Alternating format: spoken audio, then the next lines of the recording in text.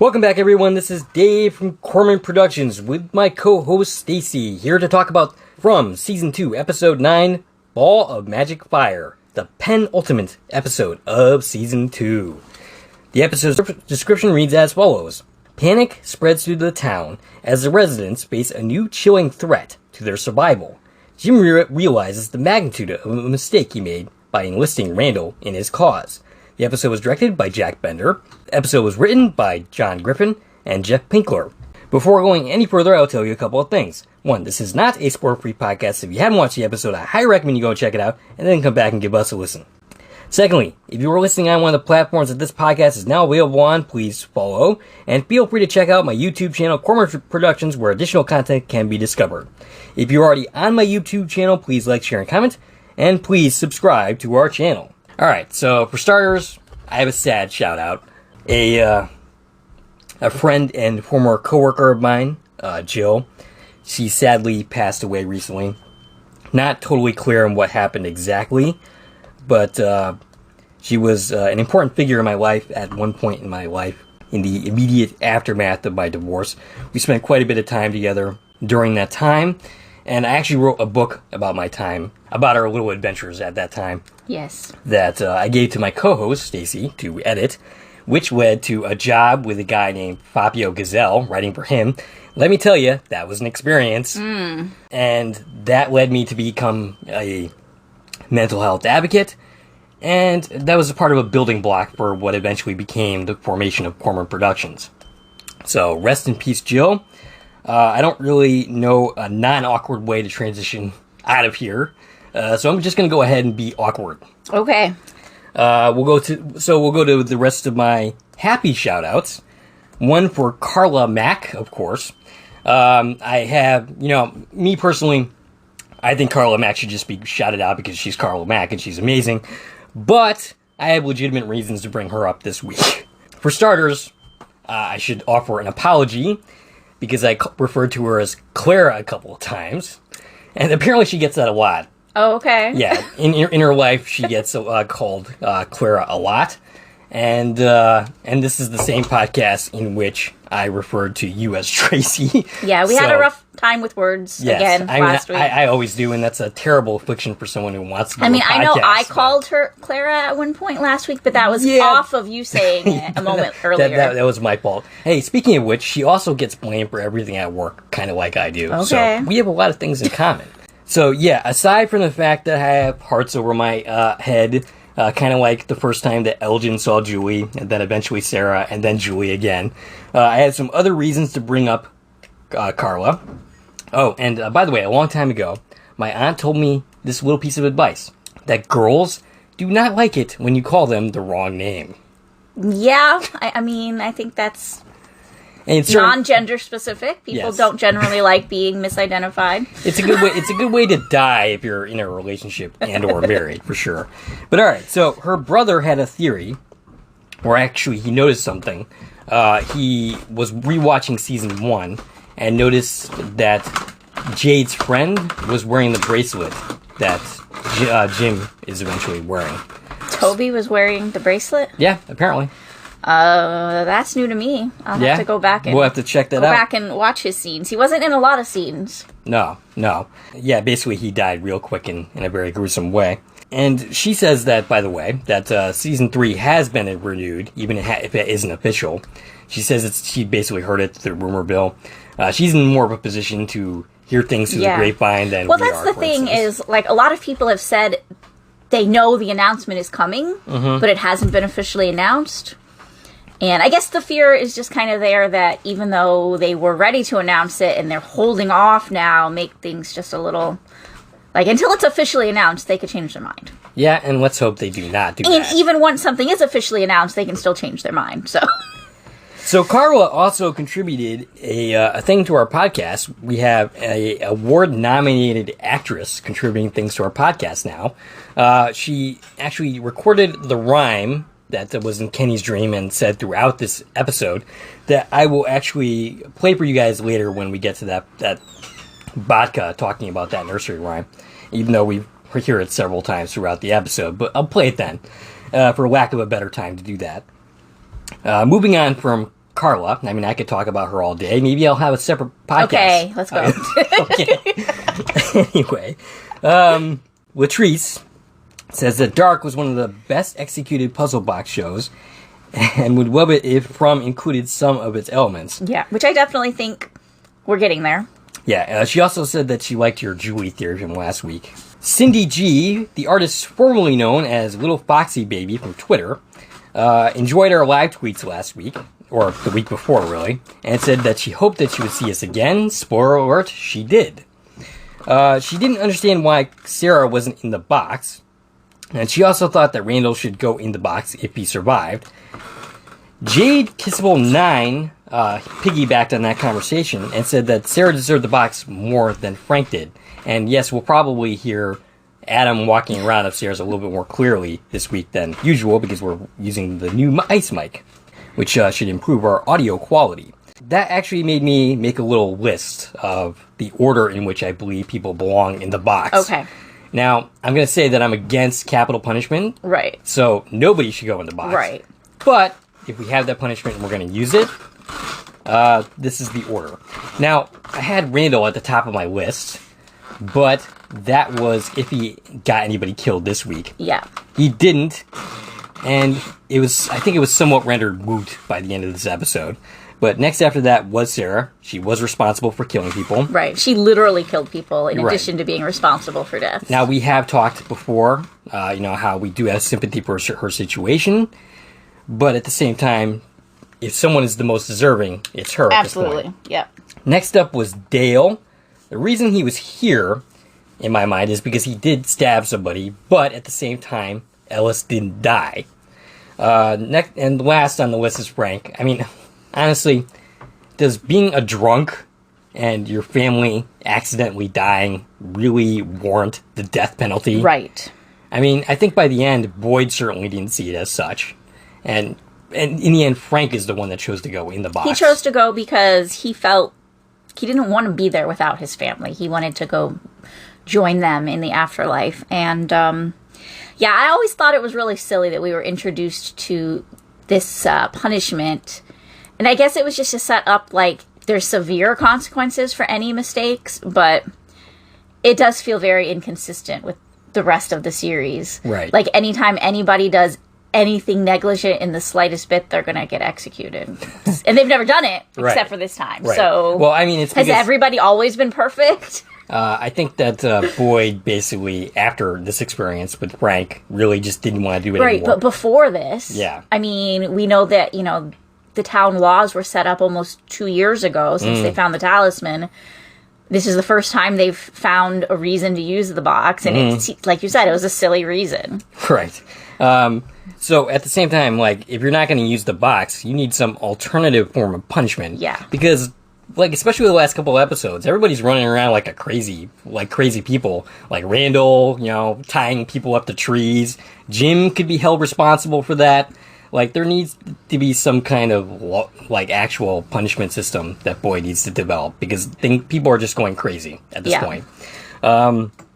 Nikki said that we will see Smiley again when the truth is revealed that all these people are in a psych ward, and the monsters are either staff or patients. I've certainly heard that theory floated before.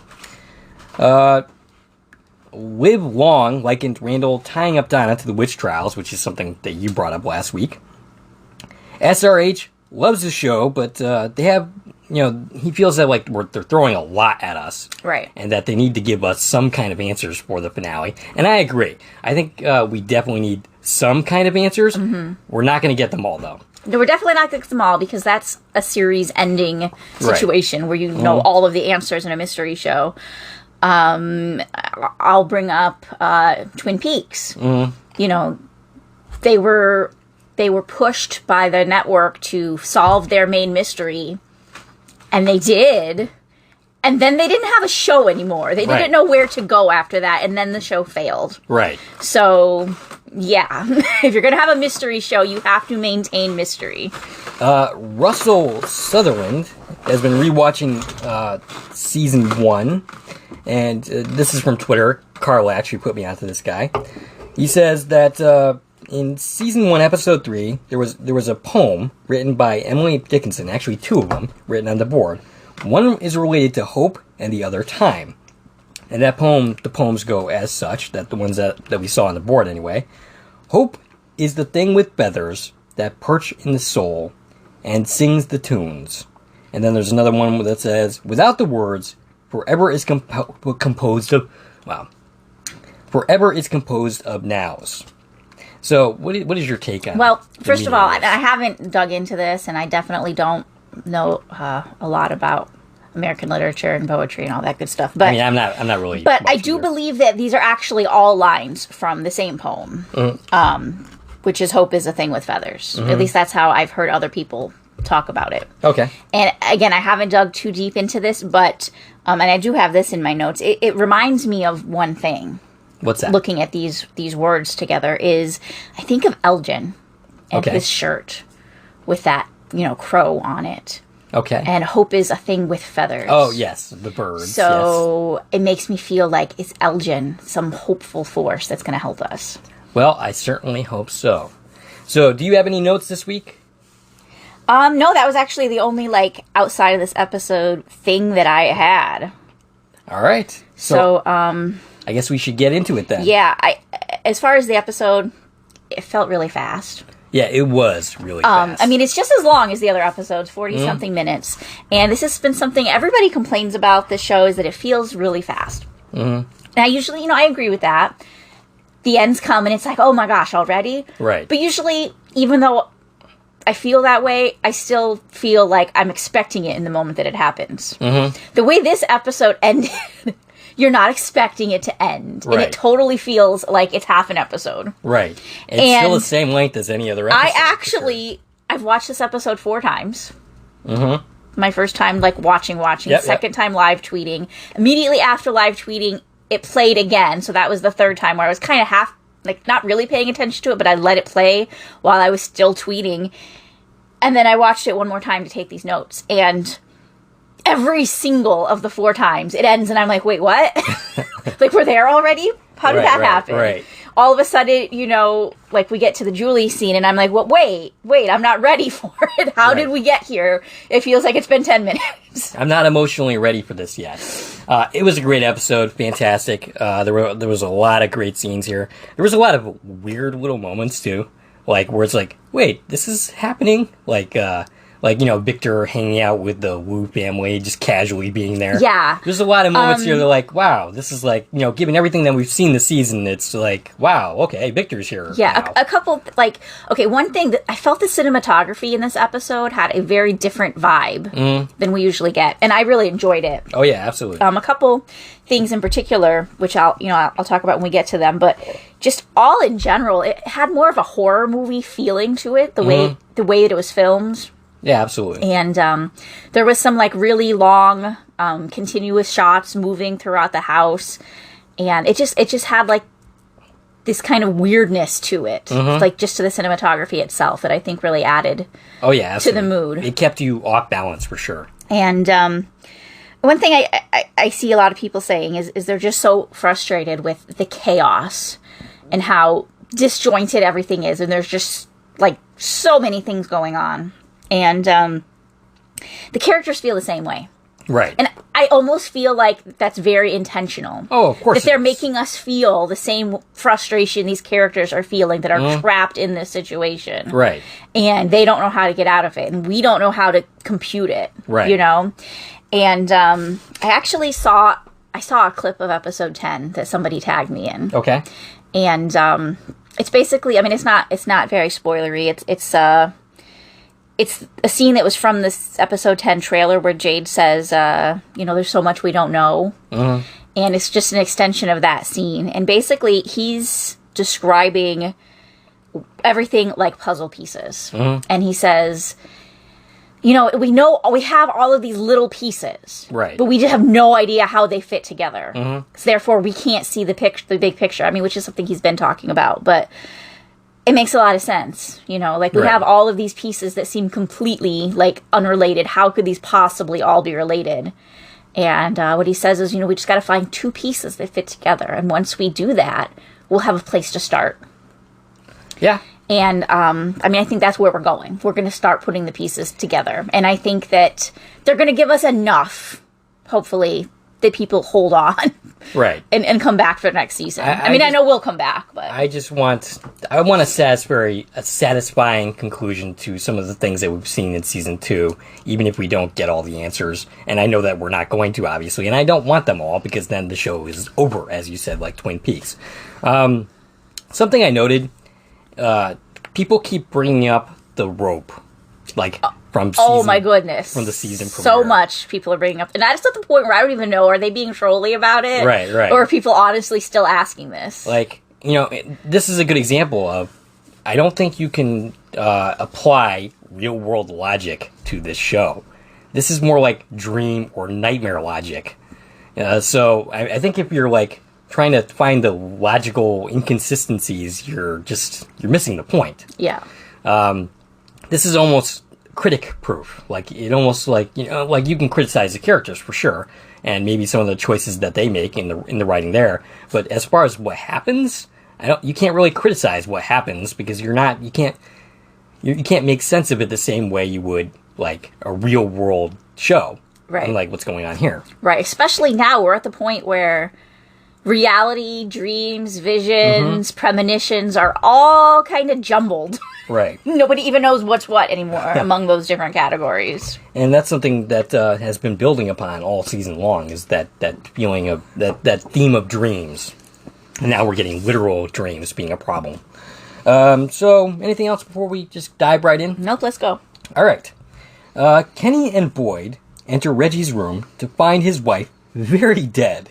She's basically mutilated corpse at this point. Yeah, so her chest cavities kind of like opened up. Her face is mangled. When I first saw her, I thought it kind of looked like a monster had gotten her. Really? Yeah, it does very much similar. And other people like think that. It's the cicadas kind of ripped out of her body. Yeah, at this point, I didn't believe that. Yeah, and I'm still not sure exactly what to think of the Paula situation. It feels like a kink in any direction we go with this, right? Is she doesn't quite fit. Mm-hmm. But she was asleep. Reggie told us she was napping. He was downstairs.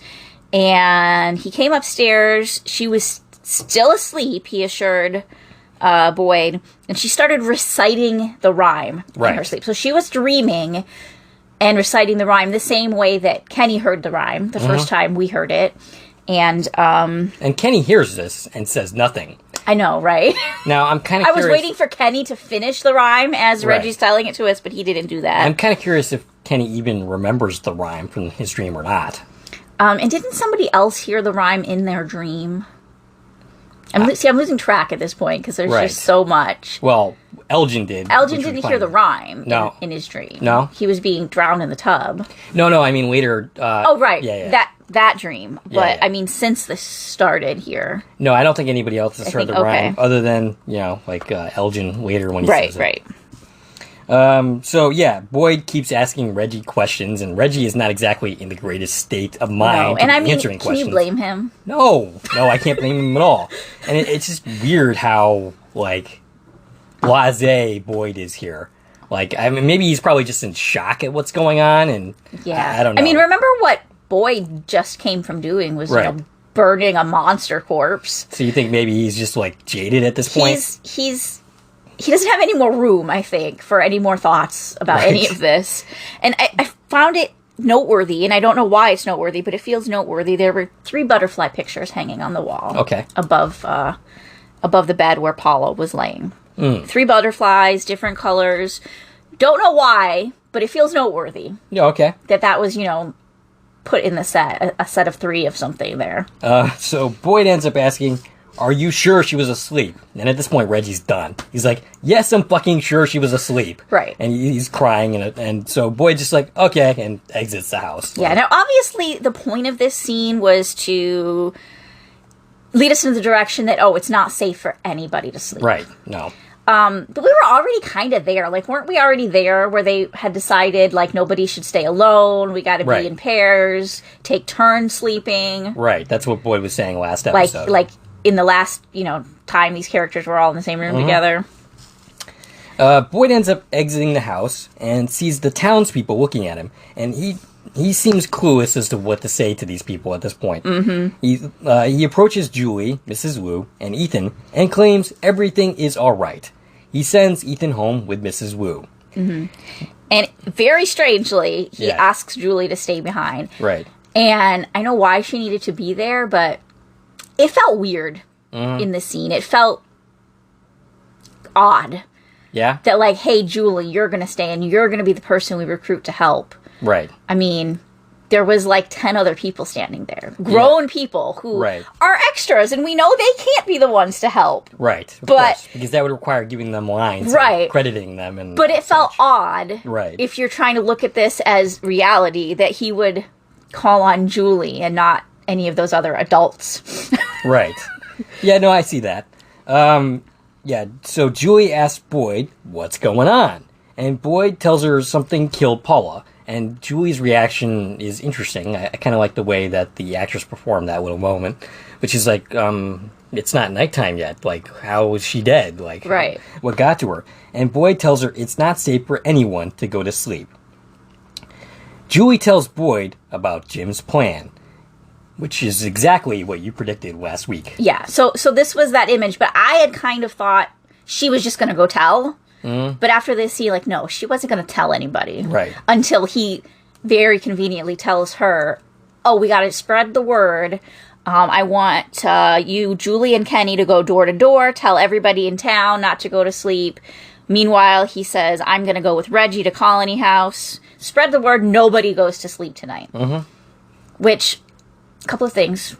First, I feel that's super over the top. Nobody goes to sleep? Nobody goes to sleep. Because how long can you maintain that? Well, that's a reasonable question. That's not a very good long-term plan. No, and nobody goes to sleep tonight. I mean, why? Is it going to be better in the morning? No. Right. We don't know at this point. This could be a forever thing. The whole nobody sleep just seems like a really bad leadership decision. Right. I think he should have at least stuck to his original plan, which was watch each other sleep. And take turns and, really watch each other. And the minute you see a disturbance, wake them up. Right. Which is, more along the lines of what they would do in Nightmare on Elm Street. Right. Yeah, the no sleep plan is definitely not something that's a very good long-term plan. And back to later raises that point, for how long are we doing this for? And, I mean, like I said, like we just said, it's not a very good long-term plan. No. Or even a short-term plan. Even a short-term plan, because you're all going to be totally fried by morning, and and then what? Yeah. Eventually, you are going to fall asleep. Yeah, and if everybody's in the same state, you have now a worse situation. So I get there's no good answer, but there should be some plan for people to get some sleep. So... we cut to Randall, Donna, and Jim. Well, one other thing from that scene, sorry. Nope. Is, his plan was Julie and Kenny door to door in the town, Boyd and Reggie go to Colony House. Kenny asks, what about Sarah? Oh, that's right. I did forget to mention that. So Kenny asks, what about Sarah? Which I thought super interesting that he's the one who's going to bring up Sarah. Because as of right now, she's alone in the church, presumably. So what happens is Kenny goes to get Sarah, and we'll see that later, but this means Julie is on her own with the whole door-to-door thing, because Kenny's now left her to go take care of Sarah, and because Julie said that her dad went to the RV, now Boyd abandons the whole go to Colony House plan to go see what's going on at the RV. So suddenly we had a plan of 2 pairs of people doing 2 tasks, and now all 4 of them have their own tasks. Right. Which just kind of sets it up, where it's like, do they all succeed? And Reggie is the one sent to Colony House, which seems... that's a very bad idea. Yeah, because Colony House is where the majority of the people are. Right. And, we'll see how that plays out. And it's not like Reggie is in the best state of mind at this point. Right. He just lost his wife in gruesome fashion. And again, I'll point out, what about the other 10 adults that were standing there? Right. Nah, they don't matter. Okay. So now we're with Randall, Donna, and Jim. Donna is tied to a tree. Yeah, which is where we last saw them at the end of episode 8. Randall's like, what the fuck? What are you doing? And they start getting into it. Jim was like that. Yeah. And so they start arguing. Randall starts to think that Jim is in on it, saying he put ideas in his head. And I think Randall has a point. I don't think Jim is in on it or anything like that. I don't think there is a mole. I don't think there is either. But at the same time, and I'll get into this more later, but basically I think Jim is just as much responsible for the situation as Randall is. Well... I mean, this is Randall's actions, but I'll get into it later. I mean, I've lost all respect for Jim. Yeah. In this moment, he had a chance to redeem himself, and he kind of feels like he might. He wants to untie Donna. He doesn't get points for that. That's the bare minimum moral stance to take. Yeah, but I felt like, okay, he has a chance in this episode to redeem his character. And ultimately, I'll just tell you, he failed. I'm over Jim. So over him at this point. But, so Randall tells us the reason he changed the plan is that he saw them taking Smiley's body out of the clinic. And, we talked about this before. He was looking to see something he's not supposed to see, and he thinks he did. Right. He thinks it's an animatronic that, these actors are taking out of the game to get fixed or whatever. Yeah. It's really too bad they didn't let him get a closer look at this body. Right. Maybe he would have, came to a different conclusion. I guess now is the natural time to bring this up. All right, so Randall. Okay. In his real life, I'm quite certain that Randall was an asshole. Yeah. I'm sure he wasn't a very pleasant guy to be around. I'm sure he had some redeeming qualities. He's probably a ride-or-die kind of guy. If you had his loyalty, he was probably by your side. And, he did demonstrate some sense of humor last episode when he made that crack about his ex-girlfriend. But, he's an asshole with anger management issues, not a pleasant guy to be around. But he's a mild nuisance in his real life. He gets transported to this situation, a pressure cooker situation, as one that he doesn't understand at all. And he has some mild thoughts about this being a conspiracy right off the bat. But, it magnifies the assholishness in him. It brings out his worst self. So he goes from a mild nuisance to a major problem. But one that is under control to an extent. He's chilling on the bus, minding his own business. If he had stayed there, he might have just been manageable. At the very least, he wouldn't have been a major problem. Right. Then Jim comes along with his crazy ideas and his crazy theories and pours gasoline on the fire. He magnifies things that are already there in Randall's minds and turns Randall into a monster. In my mind, Randall is Jim's monster. He created Randall. Not totally. The seeds were there. Everything was there. But Jim made it grow into something much, much worse. And, I think the problem is Jim hadn't really interacted with Randall until this whole thing started here. Like, I don't think he knew exactly this temperament that Randall already had. Right. He had seen him as like, hey, he helped me dig the hole, or helped me, try and dig out my wife, so he must be a decent guy, right? Right. Which was, probably the only redeeming thing we ever saw Randall do was volunteer to help. Yeah, I've been waiting all season long to see some kind of humanity in him and to see some reason to like the character. Spoiler alert, I haven't gotten it. And I remember early season, I was like, I got hope for him, that he's going to turn around and be some awesome person that we love. Well, like some of his actions in the second episode where he was holding people hostage, Kenny specifically. Right. Like, those were understandable. Like, his attitude and the way he was behaving was somewhat understandable given the circumstances. But also, I don't think Boyd and Donna are blameless here either. Because I think the town's tendency to be secretive also led to this. Right, of course. Like, if they were just open and honest about everything, then Randall doesn't have a reason to suspect something like them taking a body out and burning it. He's right. He sees people being secretive. There are conspiracies going on. They're just not the kind that he thinks they are. Right. I don't endorse him knocking a woman out, an innocent woman, and tying her to a tree with no evidence whatsoever. But if you look from things from his perspective, his actions are extreme, but they do make sense. And, that's basically what I had to say about it. But I don't think his plan to just leave her outside and see if she dies was reasonable. It was not a reasonable plan. Nothing about this was reasonable. But I'm saying it makes sense from his perspective.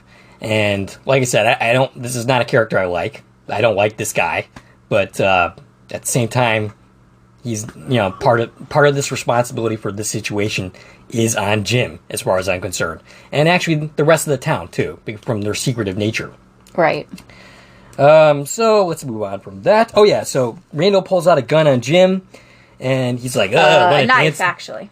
Did I say gun? Yeah. I meant knife. Yeah, it was a knife. So, and he's like, want to dance, Jim? Which is kind of a corny line. Yeah, so he's stopping Jim from untying Donna. Right. And, I kind of want to know how this was going to play out, but we're interrupted by Boyd. Mm-hmm. So Boyd makes his way there after, Julie telling him her dad's spending the night at the RV, and he shoots his gun in the air. Now we got a gun in the situation. Mm-hmm. And, by the way, how many bullets does that gun hold? Because it was shot an awful lot of times in this episode. Yeah.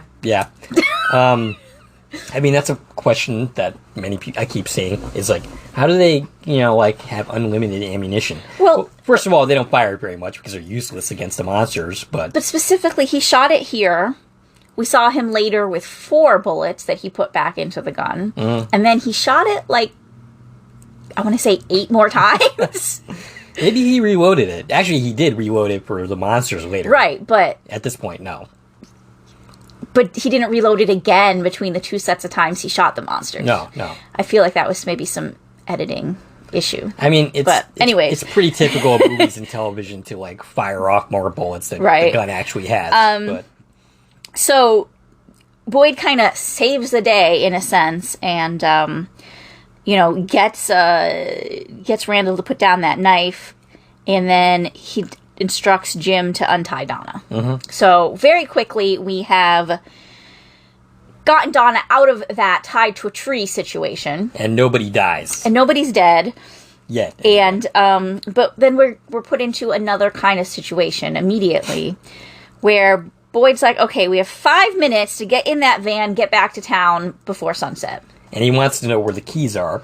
And Randall, being the charming guy that he is, decides to throw the keys into the woods. Yeah. A lot of people were like, well, why don't you just go find the keys? Have you ever lost your keys in the woods and tried to find them? Yeah, but he didn't even try. Right. I mean, they did have enough time they could have looked a little bit. Mm-hmm. Since, it was kind of urgent. And then the other criticism I saw a lot of people have was, well, why didn't Jim at this point come forward with his plan that he has later? And the answer is Jim really doesn't know what side to fall on here. And not to mention, he's not really in anybody's direction. He's just kind of there. Right. Not to mention nobody is going to listen to Jim at this point. No, but he could have, if he had the agency to do so, just gone and started the van. Right.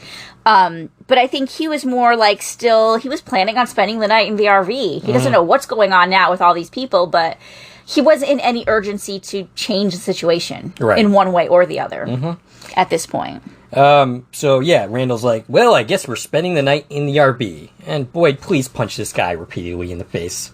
Please. And credits. And opening credit. Que sera, sera. So we cut to Julie, who is waiting outside of Mrs. Wu's house. She's waiting to see if Boyd comes back with Jim. Tabitha wants her to come inside, and Julie blames herself for letting him go. For specifically letting Jim go do this RV plan. Right. And I don't blame her for that because I don't think that Jim was going to listen to her no matter what. I do blame her for not trying and not being like, Jim, this is fucking insane. Why are you doing this? Or maybe telling her mom right away. Right. But like I said, I think Jim was just going to do this regardless, and it would have been stupid regardless of, So anyway, Jade ends up coming into the scene. Jade and Victor arrive Victor together. This is crazy. This moment here is like, so all season long, every scene that we've seen between Jade and Victor has been fraught. One of the others yelling at each other, basically. Right. Or they're having really emotional scenes. And now we just have this casual moment where Victor is coming behind with Jade, telling Jade that none of them can go to sleep that night. Right. So Victor says we can't go to sleep. And I was confused of the order of events that led us to this moment. Right. So Julie was sent to tell people. Now she's on the porch, so I'm assuming she did that. She told everybody she could find. Mm-hmm. And this is like still the same day. The last time we saw these characters, and correct me if I'm wrong, but we saw Tabitha and Victor together, right? Yes. Last we saw them and they were looking at the pictures. Right. So how did we get to this situation where Tabitha's in the house and Victor's with Jade? I don't fully get it myself, but yeah. I mean, the only thing I can think is, Tabitha, after Julie came, told Victor to go tell Jade. Maybe. Because she's worried about Jade, but why send Victor to do that? Right. I don't know. Why wouldn't Tabitha do it themselves? Right. They're like BFFs now. Yeah. Basically. So the whole setup just felt a little weird that Victor's the one telling Jade. Right. And then they come here together. Mm-hmm. And then they all go inside. And I definitely saw people having issue that Victor went inside without hesitation this time. Right. No, that's another thing. Is like all season long. Have you ever seen Victor just casually hanging out with a bunch of people? But remember, last episode there was the whole thing where he didn't want to go in the house, and there were all these speculations as to why. And I don't know if the difference here is that Tabitha's there this time, and he trusts Tabitha. Well, I think at this point, Victor's relationship to these people has definitely changed. Oh, absolutely. He's specifically from last episode. I mean, he was, in the diner today working with the kids and Mrs. Liu. So he has become a part of their family. So I think that since the time that Victor didn't want to go into the house, which was a few hours ago, and now, I mean, it's crazy, but at the same time, I think things have definitely changed here. Yeah. Yeah, and I love this grouping of people. Yeah, me too. And I totally want to be in the Liu house for this whole night because, other than what ends up happening later, it seems like this is the best place to be out of all of these places that we explore. So Ethan wants his dad. Tabitha reassures Ethan that Boyd will take care of Jim, and as we look around the room, nobody seems reassured by this. Not even Ethan. No. But Tabitha tells Ethan something, which I think is important. She says, the best thing that we can do for Dad is to stay inside and stay safe. Right. And that's noteworthy because she's got a voice of reason here. It's not going to help the situation if you go out looking for him. Right. And I'm reminded of this later when Jim doesn't take this advice. Yeah. I mean, I somewhat understood that moment, but at that point, I kind of had no sympathy for him whatsoever. Yeah. But, I mean, ordinarily I would have. But I feel like this particular difference of opinion right here really shows us how Tabitha and Jim are not on the same page right now. No. And that's been kind of demonstrated throughout the season, really. So we cut to Kenny and Sarah. Sarah thanks him for being there, and Kenny says he isn't doing it for Sarah, and I'm assuming that means he's doing it for Boyd. I kind of took it as he's doing it for himself and his own conscience. Really? So yeah, he took her to the station. Okay. Which we know originally Boyd's plan was the three of them were going to hang out at the station tonight. Yeah. Like that was revealed last episode. And, now Boyd obviously isn't there. Kenny knows what Boyd's doing. So I don't think he's surprised that it ends up being just the two of them. But this feels like a really bad situation, being the two of them alone somewhere in a don't go to sleep situation. Right. It definitely sounds extremely awkward. Yeah. And Sarah is trying to engage Kenny in small talk, but Kenny isn't engaging. He's really kind of giving her the silent treatment. But she does say one thing that's interesting to her. He ends up asking, what do you mean by that? And she says that Nathan was terrified of cicadas. And she wonders if the people who die here, the people manifest their fears into the forest, basically. So maybe at one point, people were afraid of the monsters and manifested them. Yeah. I'm not sure I buy this, but it's interesting. It's very interesting that Nathan had this particular fear of cicadas, and she tells us that this stemmed from when they were kids. Their stepdad used to take them on camping trips, and they would see the cicadas. And I think that's just noteworthy. Anytime we get any detail on these people's histories, it could become important. So just knowing they had a stepdad could be something like huge later. It's funny. I've never actually seen a cicada. I've heard them, but I have not actually seen them before. Didn't we have that big cicada outbreak just a couple of years ago? Where they were, like, literally everywhere. Maybe. I don't remember. It happens every 17 years. Okay. Maybe I have seen them and I just didn't know what it was. That's possible. I feel like it was, I want to say 2019? 2019? I could be wrong on that. Should have been 2020 because that would have been It was recently. Really, yeah. So... Okay, so yeah, that was Nathan's fear, and he's had that fear since he was a kid. I don't think it could be, though, the way she says it, like, well, everyone who dies, their fears come to life, because hundreds of people have died here. Mm-hmm. You think there'd be a lot more crazy shit happening. Right. Than the couple of things that we have. I have a fear of heights. I wonder how that would manifest. I mean, you'd have scary clowns and snakes, and you'd have more than just monsters and spiders and cicadas. That's right. 3 things. Mm-hmm. There'd be every nightmare in the world if it was every person who died here. Right. So it's not that broad of a thing. Mm-hmm. But by telling us this, it does make me think, like, does this have something to do with Nathan? Maybe. Something to do with Nathan and Sarah. And I had a question. Like, maybe all of these people that are affected by either the dreams or the cicadas or that whole cross-section of people, are these all people that Nathan is trying to get revenge on because of how they're treating Sarah? Or because of something to do with Nathan and Sarah? Okay. Interesting. Randall hasn't really had any... Well, I mean, he did last episode. So last episode, Randall kind of was an asshole to Sarah, asking if Nathan's still alive. Mary, I don't think they've even interacted. They haven't, but here's my thought on Mary. Okay.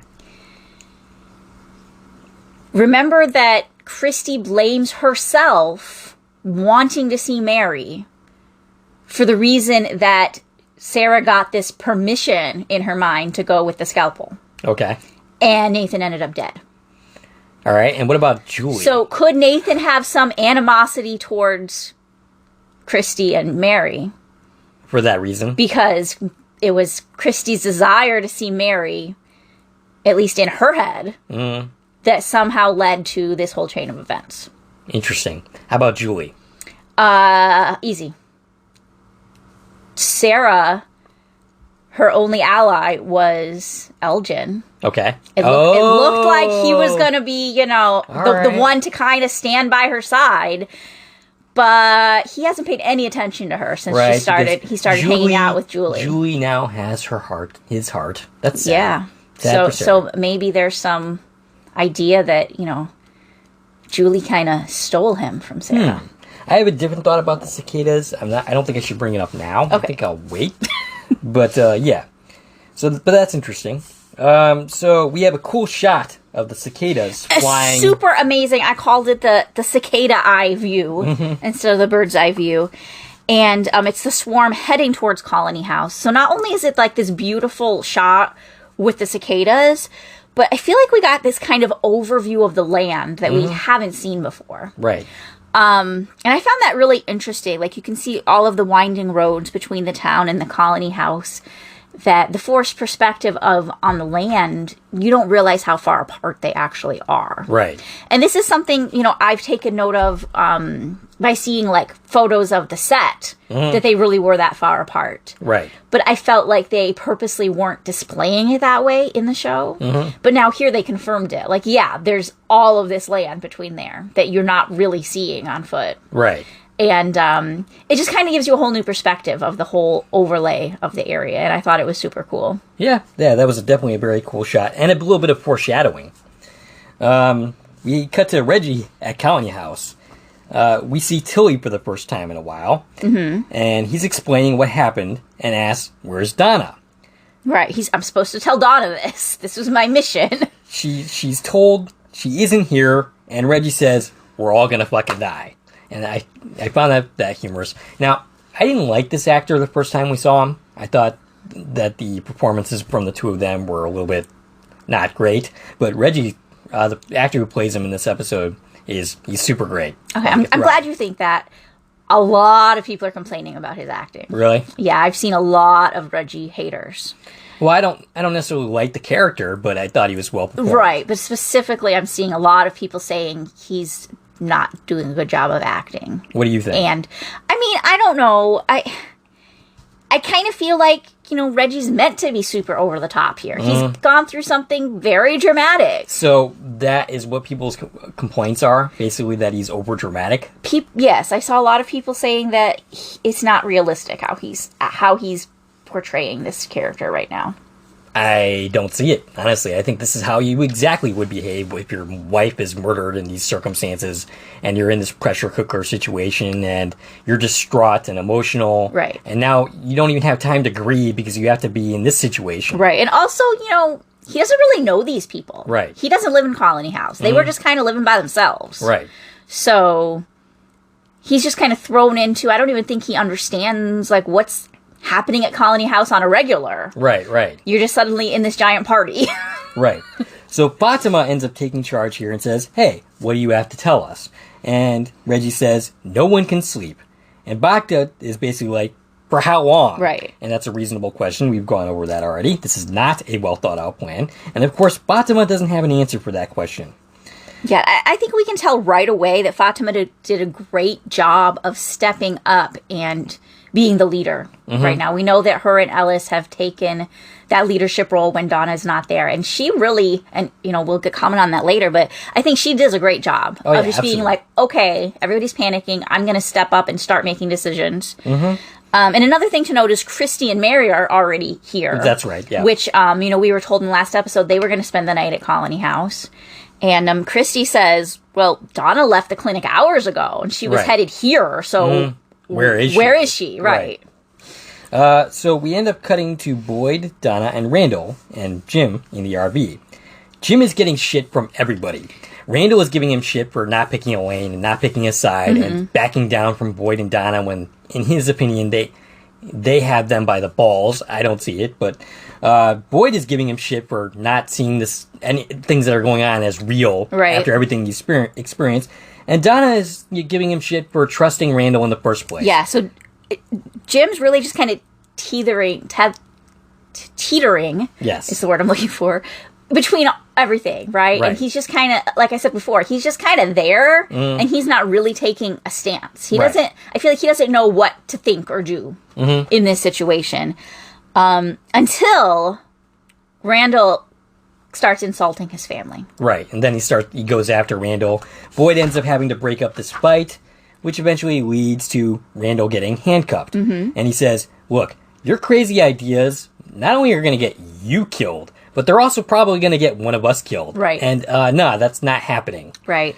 And it's in this scene that after, Randall says stuff about Jim's family, and Boyd also, had made a comment about how Julie's terrified.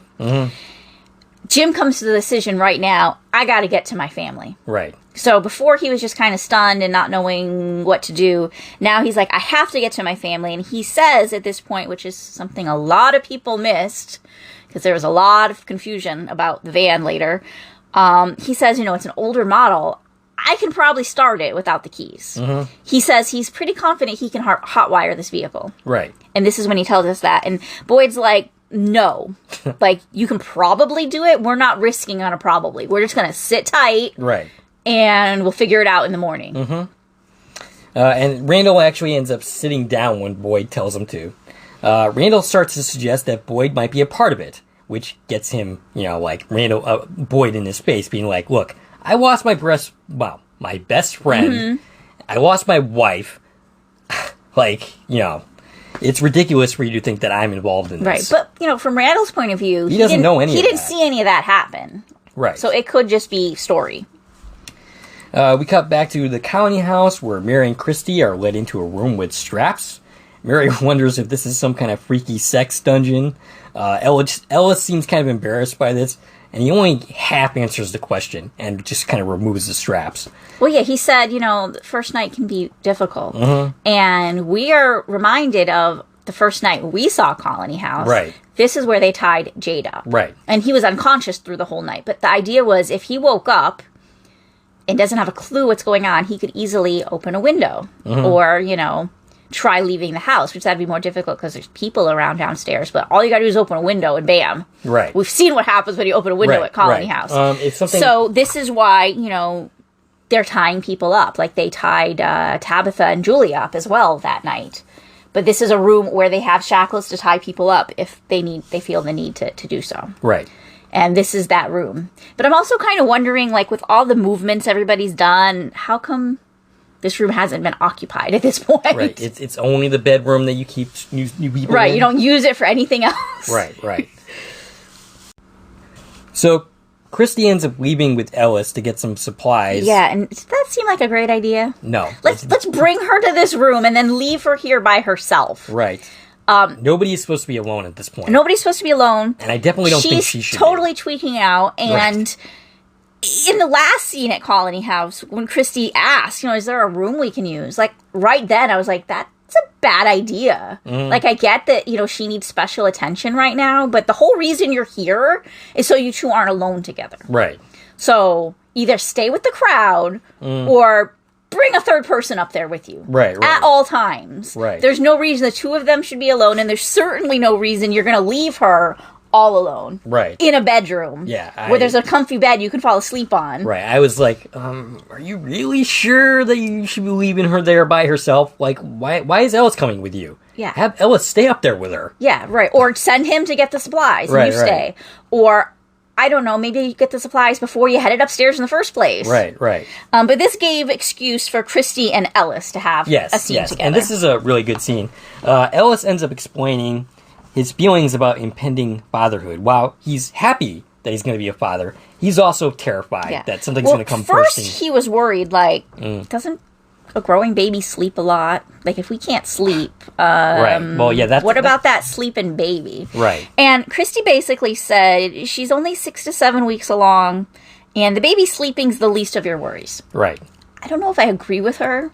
If she was just trying to calm him down. What else is she going to say at this point? Yeah, you should really be worried about that, and something bad is going to happen to the baby. For one thing, it gives us this timeline of what Christy thinks Fatima's pregnancy is, 6 to 7 weeks. I got a feeling her pregnancy is going to go very quickly. Probably. And we're going to see this doesn't take 9 months. If it takes 9 months, I mean, we'll never see it get anywhere because, we go through 5 days a season. But Right. So, like Ellis's description of impending fatherhood is not too far off what it's actually like. So were you worried that Julia was going to have fangs and claws? Yeah, okay, so funny story about this. A couple of things that this scene reminds me of. So when Trish was pregnant, Julia's mother, we went and saw the movie Prometheus, which is part of the Alien franchise. And there's a scene where I forgot the name of the character, but she has this alien thing growing inside her. She knows it. To survive, she goes to this machine thing and has the baby, basically, the alien baby, cesarean sectioned out of her. And I turned to Trish and I'm like, should we be watching this right now? The other thing is, like, when at one point I was looking at her stomach, and Julia shifted in her stomach, and you see that, and it looks very much like, like an alien movie where something is going to pop out. So, like I said, this fear that Ellis has is not really uncommon, but it's especially enhanced by the fact that you are in this bizarre-ass situation. Right. Surrounded by monsters. Right. And creepy things. And this is the point where Christy... And, she very much could be pregnant with a monster. Yeah, for all we know, it could be. And this is the point where Christy pretty much explains what the episode's title means. And I'm sure you want to talk about that, so I'll let you do it. Okay, so the magic ball of fire. And Christy is referring to the sun as the magic ball of fire. And she basically says, like you just said, pregnancy's weird no matter where you are. Right. But we've gotten used to it. Just like the magic ball of fire, which is a metaphor that she learned in medical school. That everything we know about the world, we take for granted, right? We're just used to it. But if you kind of look at it objectively, nothing in the world makes sense. And we as a species don't really know what we don't know. And the fact that we are on this planet that's hurtling through space around this magic ball of fire that keeps us warm from millions of miles away is super weird. Right. It doesn't make any sense. But we're just used to that being fact. Right. And, she summarizes it again by saying, pregnancy is just weird. And this scene totally gave me vibes from the season 1, episode 9 discussion. I did notice that you brought that up. That Boyd and Sarah had about worms, where he's talking about the worms, and then he summarizes it just by saying, well, worms are creepy. Right. And this felt a lot like that, where we're getting this metaphor, and then it's like, yeah, it's just weird. And it almost makes me wonder, and they're also both happening in episode 9, and that worms was kind of foreshadowing of what was going to happen in season 2. So I'm wondering if this is some kind of foreshadowing that we're going to be dealing with actual balls of fire in season 3. Huh. Interesting. That's my thought. Okay. Based on those scenes.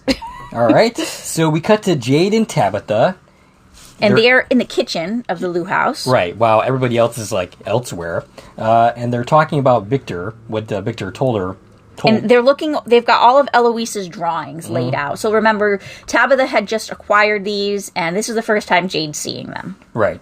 And he finds out about Victor's sister, and he kind of wonders, how do you forget something like that? He doesn't understand how she could forget that. And I expected them to kiss all through these scenes. Honestly, I got that vibe. And, you know, like, I'm on the ship train that you created. What was it again? Jabitha? Jabitha. I mean, I didn't create it, but right. I'm on it. I'm on it. Okay.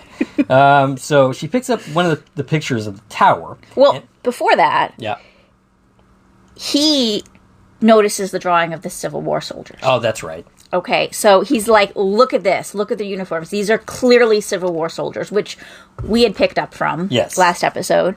But I bet a lot of people didn't examine those pictures as closely as we did. So now they're hand-holding us now, which is something they don't always do. But that tells me if they're hand-holding this, it's important. Right. It's important for us to pay attention to these drawings. And Jade's like, why is this little girl seeing soldiers? And Tabitha interrupts him and says, no.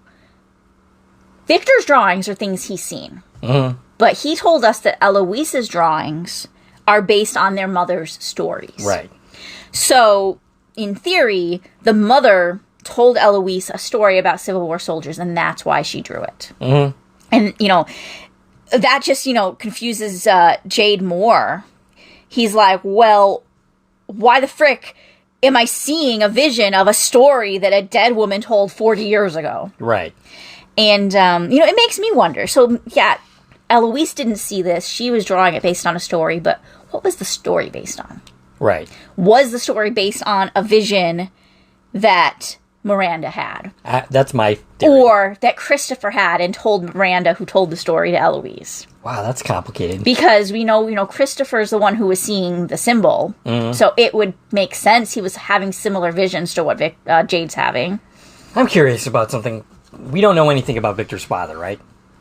Victor's father has never been mentioned, no. How do we know it's not Christopher? It could be. Right. I've seen speculation that they think people, suspect Christopher could be the father or the stepfather.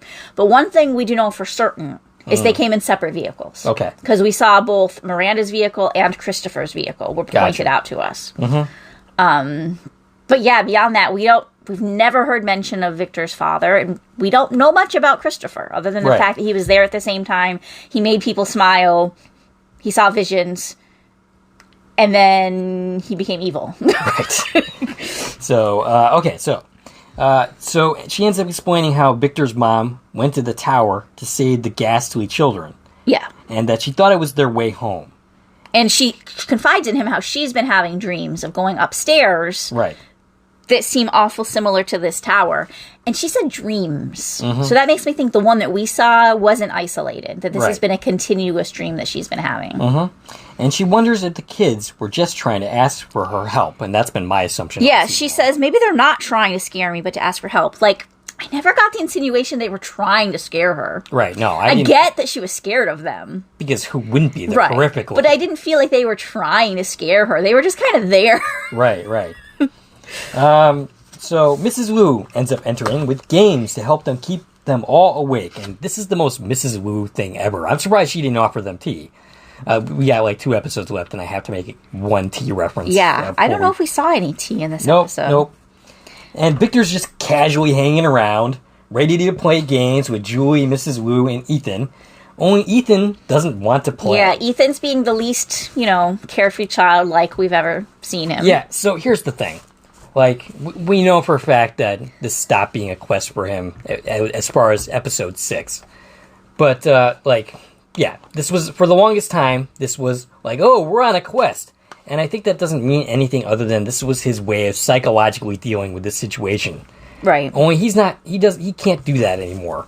Like, he starts to say, my dad could die. We could all die. Yeah, well, he says, like, is Dad gonna die? Right. And Julie's like, no. What and are you then he's like, about? okay, are we gonna die? Right. Like, he's realizing the severity of the situation. And that's a lot of heavy shit for a 10-year-old. That's a lot of heavy shit for anybody, never mind a kid. Mm-hmm. And he reminds them, well, when Victor was little, everybody died. Mm-hmm. And Victor steps up here. Yeah, that's surprising. He's actually a grown-up for once, and he's like, Ethan, that's not going to happen again. Right.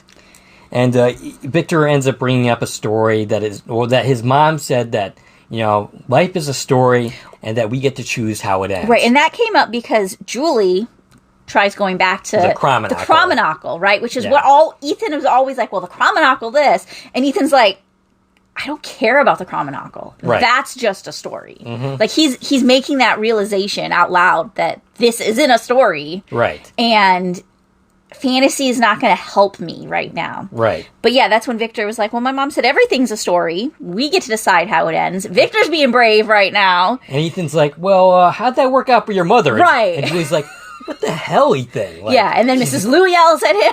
Like, look, Ethan is behaving badly here, but he's being realistic. Yeah. I mean, like... And he's lost any optimism at this point. Right. Like, this is, like, a lot of heavy shit for, like, a kid his age. And adults are trying to comfort him, and he's just seeing straight through it. Yeah. And so... And then he runs off. He says he doesn't want to play any games. And they never got to play that game. That's so sad. It's a shame. I want to play. It's funny. Like, I looked at this scene, and the tweet that I made about this was, it's so adorable that, Sarah and Mrs. Lou were babysitting the children, being Ethan and Victor. Right. While their parents are off in the kitchen taking care of business. Sarah? No. Julie. Right, okay, yes. Don't know where the name Sarah came from. Right. Well, Julie and Mrs. Lou were babysitting here. Ethan and Victor. Right, yeah. And their parents are off in the kitchen. Right. Which, would be Tabitha and Jade. And you guys better behave in there because the kids are in the other room, so... And also I noted during this whole scene, Victor's holding and playing with that weird, creepy crayon toy of his sister's. Right. So he's got that in his hands the whole time. It's still very fresh, that whole thing. And he's still, I'm sure, processing all of these memories that came flooding back to him. So we cut back to Boyd and co. And Boyd is working on his bullets with the bile. And he's trying to explain it to Jim. He quickly gets frustrated with trying to explain it, though. And he's like, it doesn't matter. Yeah, I'm just, I'm working. Right. And if this works, we can just all walk home. And negative Nellie Randall is like, well, what if it doesn't? And Boyd asks him, what do you care? None of it's real anyway. Boyd suggests giving the gun to Randall. Either way, actually, Donna's the one who suggested it. Yeah, didn't I? Oh, yeah, Donna did say that. Donna was like, well, send him out there because he's not afraid. So let him do it. Why should any of us risk going outside? I agree with everything up into including Randall getting a gun. Yeah. Like, whose idea seemed like a bad idea. Like he could just turn around and shoot you all. Right, exactly. So I don't know that I would want to do that. Randall indicates that he's handcuffed when Boyd says, hey, it's showtime because the monsters are approaching. And he's like, I thought he was using that as an excuse not to do it. But he seemed, I guess the way Boyd is talking, it seems like he's saying, hey, look, I would do this, but I'm handcuffed. Right. And he gets unhandcuffed, which is also a bad idea. I wouldn't do this. At this point, just knock him out. Right. let him be unconscious for this whole adventure. So the monsters are coming. They surround the RV on both sides, and we're seeing basically all of the monsters are here. Except Smiley. Rest in peace. Yeah, and Donna notices that the monsters have stopped. Yeah, and she's very bothered by this. Right, she's freaked out. They suddenly hear the music box play. They hear the music from the music box. I don't think we actually saw a music box. They all hear it this time. They all hear it, and Boyd was like, wait, you guys hear that too? Right. And he checks his arm for worms, because every other time he's heard the music box is when the worms act up. Right. They're not there. Right. And we see the radio.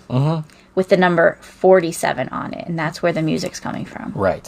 And That's I now number. think that 47 is now a from number, just like we had our lost numbers I've been watching for. 47 or 4 and 7 separately. 74, it keeps coming up. Those are our from numbers. Right. What do you think they mean at this I point? have no idea, but I know we need to keep an eye on them. All right. So we cut to Mary, who's tearing apart the room because she's acting... Because she was left alone. Right. Bad idea, guys.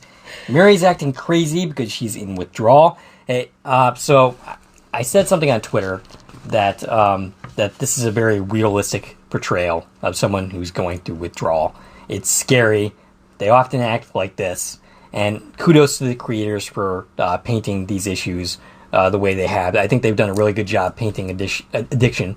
And Lost actually did the same thing with Charlie. I thought, and that was during a time when nobody was really doing it very well. So kudos to both shows for dealing with these issues.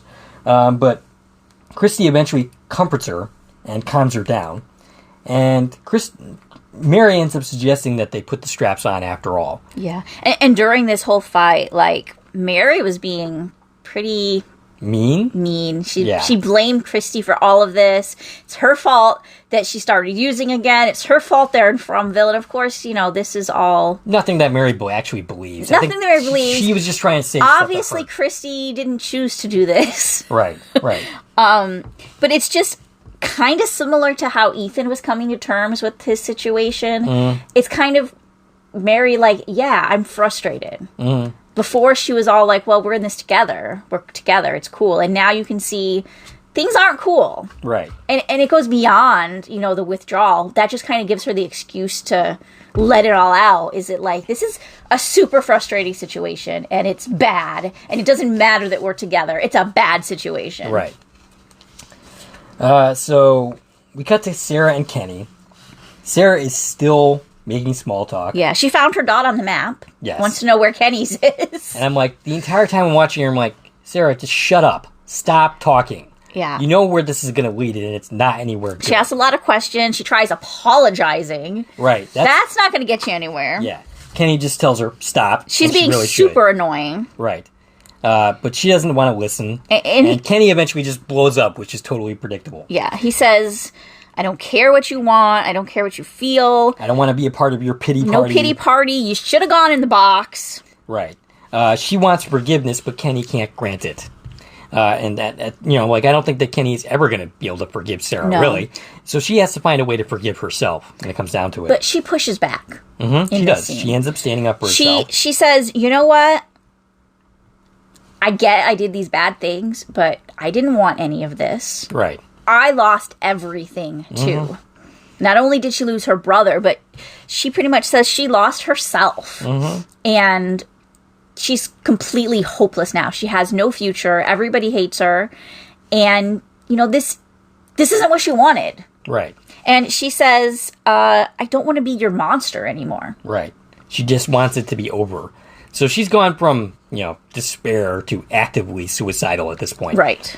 And Kenny suggests that there's a spare gun in the top drawer that she just kill herself and leaves the scene in a huff. Yeah, he goes and slams a door. I don't know if he either went into the bedroom or into the bathroom or something. I'm not even sure. He slams the door. He needed to get away from her.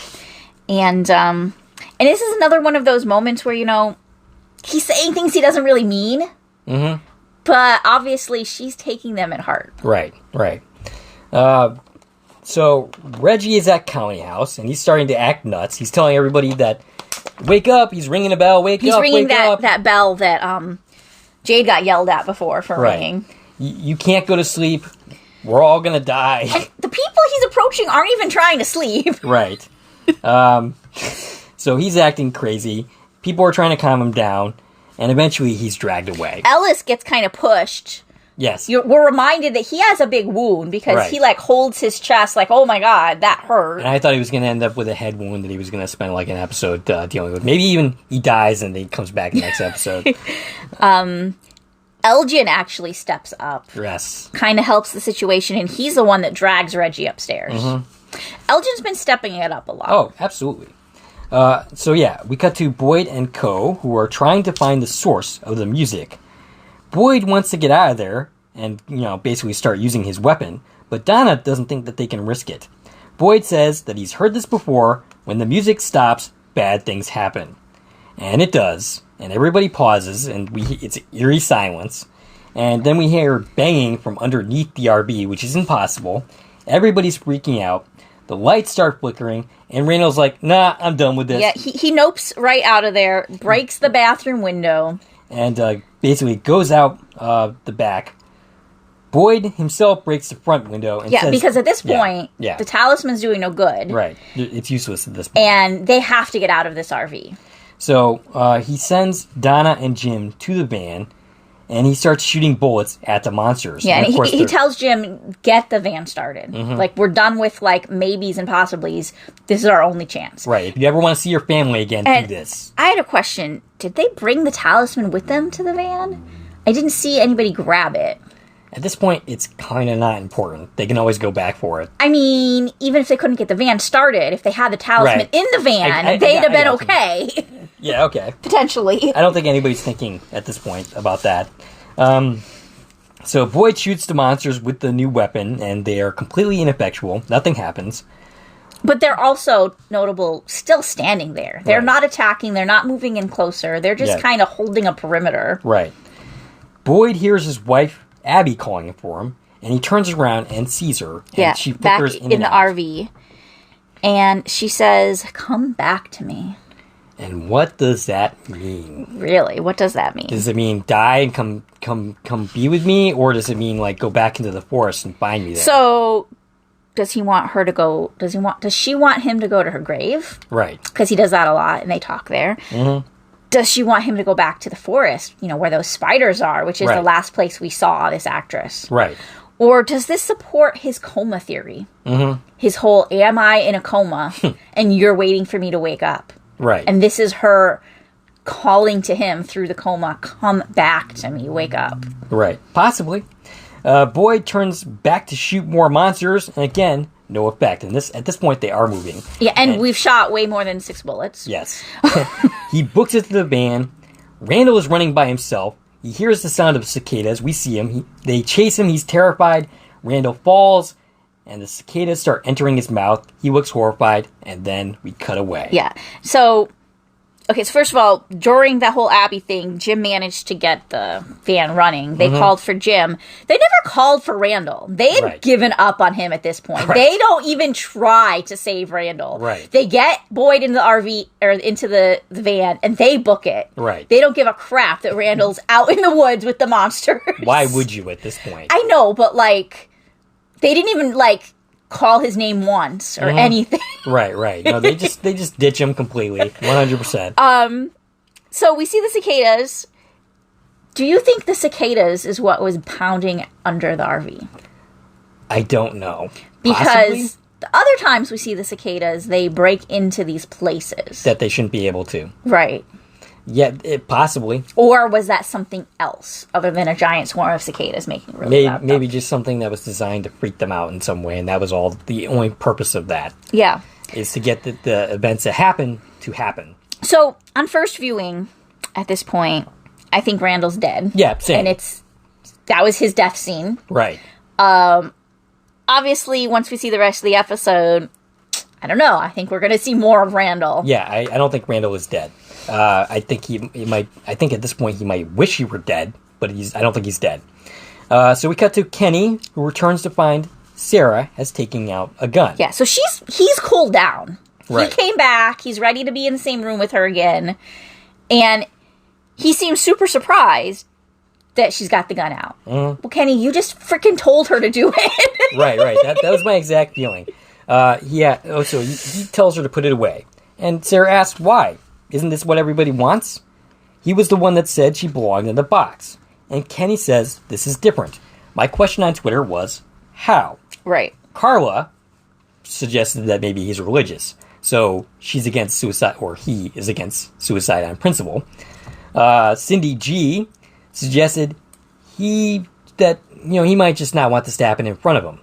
That he's basically okay with her dying. He just doesn't want to see it himself. Cabin Boy said something interesting. The box, for better or worse, seems fair in an Old Testament way, right? Punishment fits the crime. I don't agree with this, by the way. But, and it's town law or rule. Anyone who lives in this town knows the consequences. Kenny offering Sarah suicide is kind of the equivalent, since actual execution is in no other townie's hands. I thought that comment was interesting. I'm not sure how I feel about this. Like, I can't get my mind totally wrapped around Kenny's motivations here. Like, he's enraged with her. She is responsible for his father's death. At the same time, she was someone that was important to him, right? And to his mother, and that he cared about. And I think he still does care about her, but he has all these complicated feelings that he really doesn't know what to do with. I really think deep down, he doesn't want to see her die, period. Yeah. He wants to say, yeah, you deserve the box, you should be dead. But I think if it really came down to it, and they were going to put her in the box, I think Kenny would object. Yeah. I think so? Kenny would give her a pass on the box if put in that situation, because I feel like he's not the type of person that's going to agree to killing anybody. Right. When it gets right down to it, I just don't think he has it in him. And this is something I said way back at the beginning of the season when Kenny is the person who found Sarah in the basement. I don't think he's capable of hurting somebody. And, even though he can't forgive her, I don't think he really wants her dead. Right. Either way, But the way Sarah interprets it is you don't want to feel any responsibility towards it. And someone actually did suggest that. She said, if I was in the box, it wouldn't be you killing me. It'd be this place. But if you sit by and watch me shoot myself, that's kind of on you. Right? So it's more like... Actually, I think that's how Cabin Boy's comments concluded. I just cut it off. Basically, he doesn't want to be the executioner, but he wants her dead, is what he was saying. Right. Which is basically what Sarah said. And she's like, so we'll pretend this is the box, and we'll let this place decide. And she proceeds to make a game of Russian roulette. Right. That's the exact reference in my notes, by the way. Now, at first when I was watching the scene, I thought she just straight up loaded the gun entirely. And when she pulled the trigger, I was like, whoa, is this like a Lost situation? Where in Lost, the island would not let certain people die.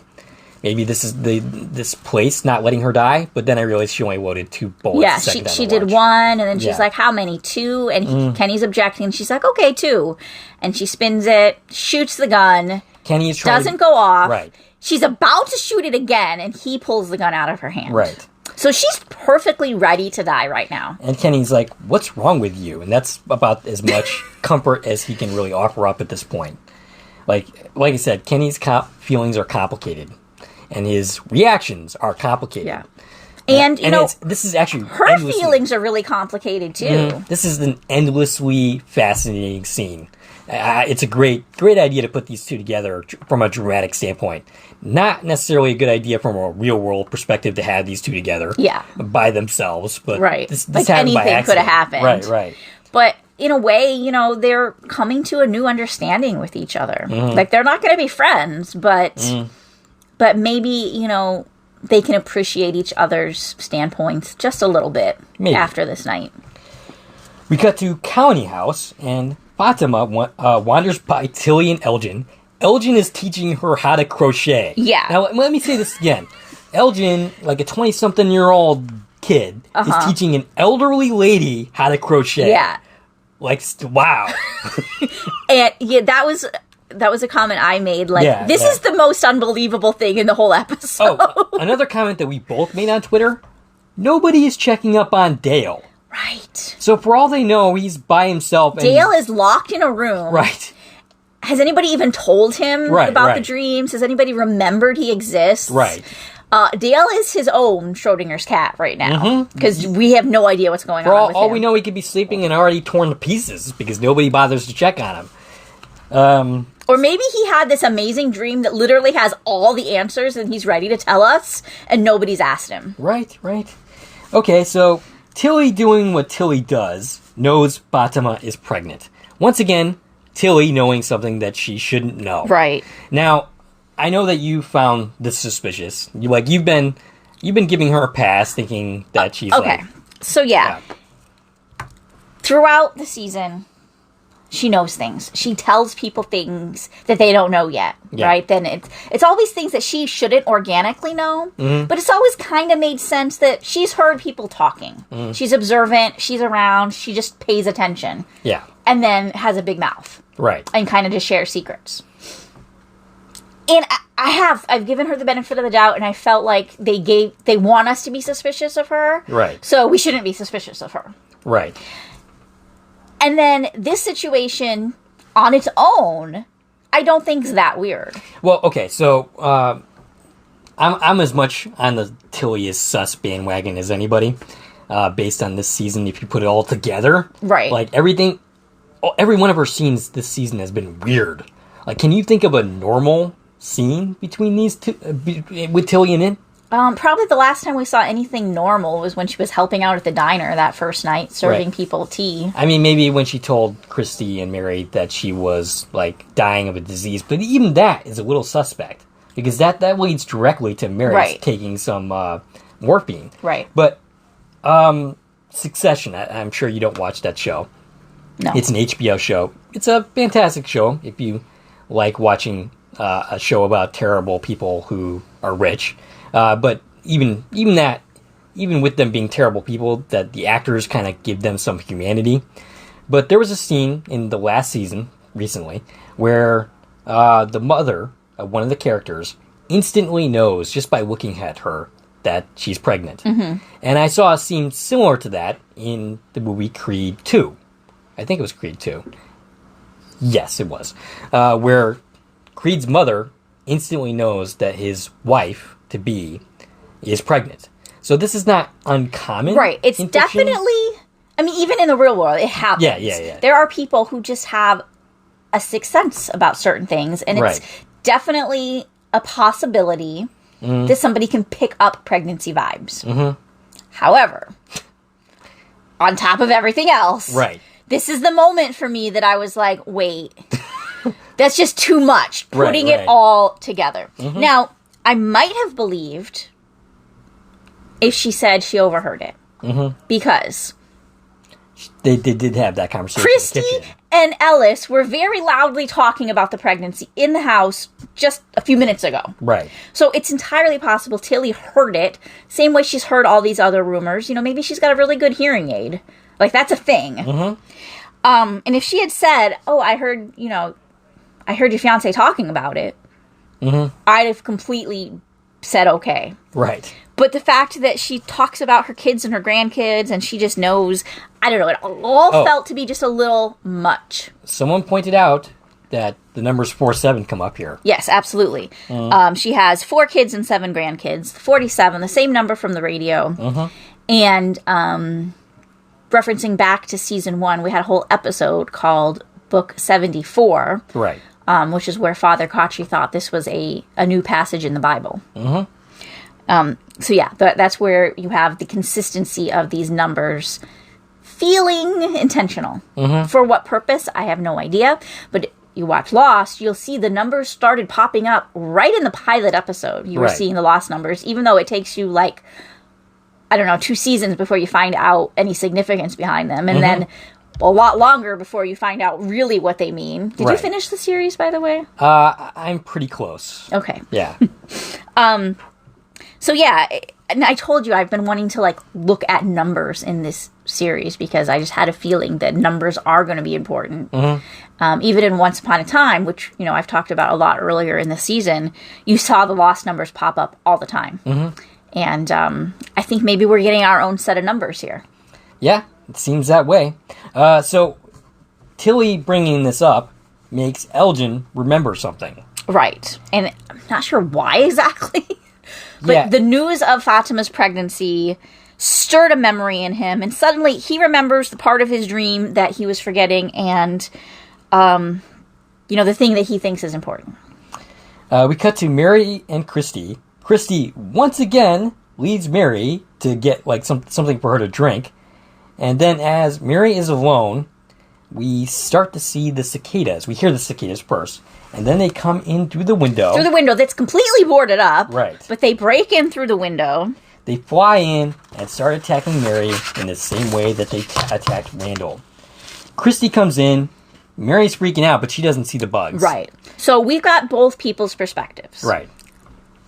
Mary's seeing the bugs as they're attacking her. The same way that while we were with Randall, he was seeing the bugs.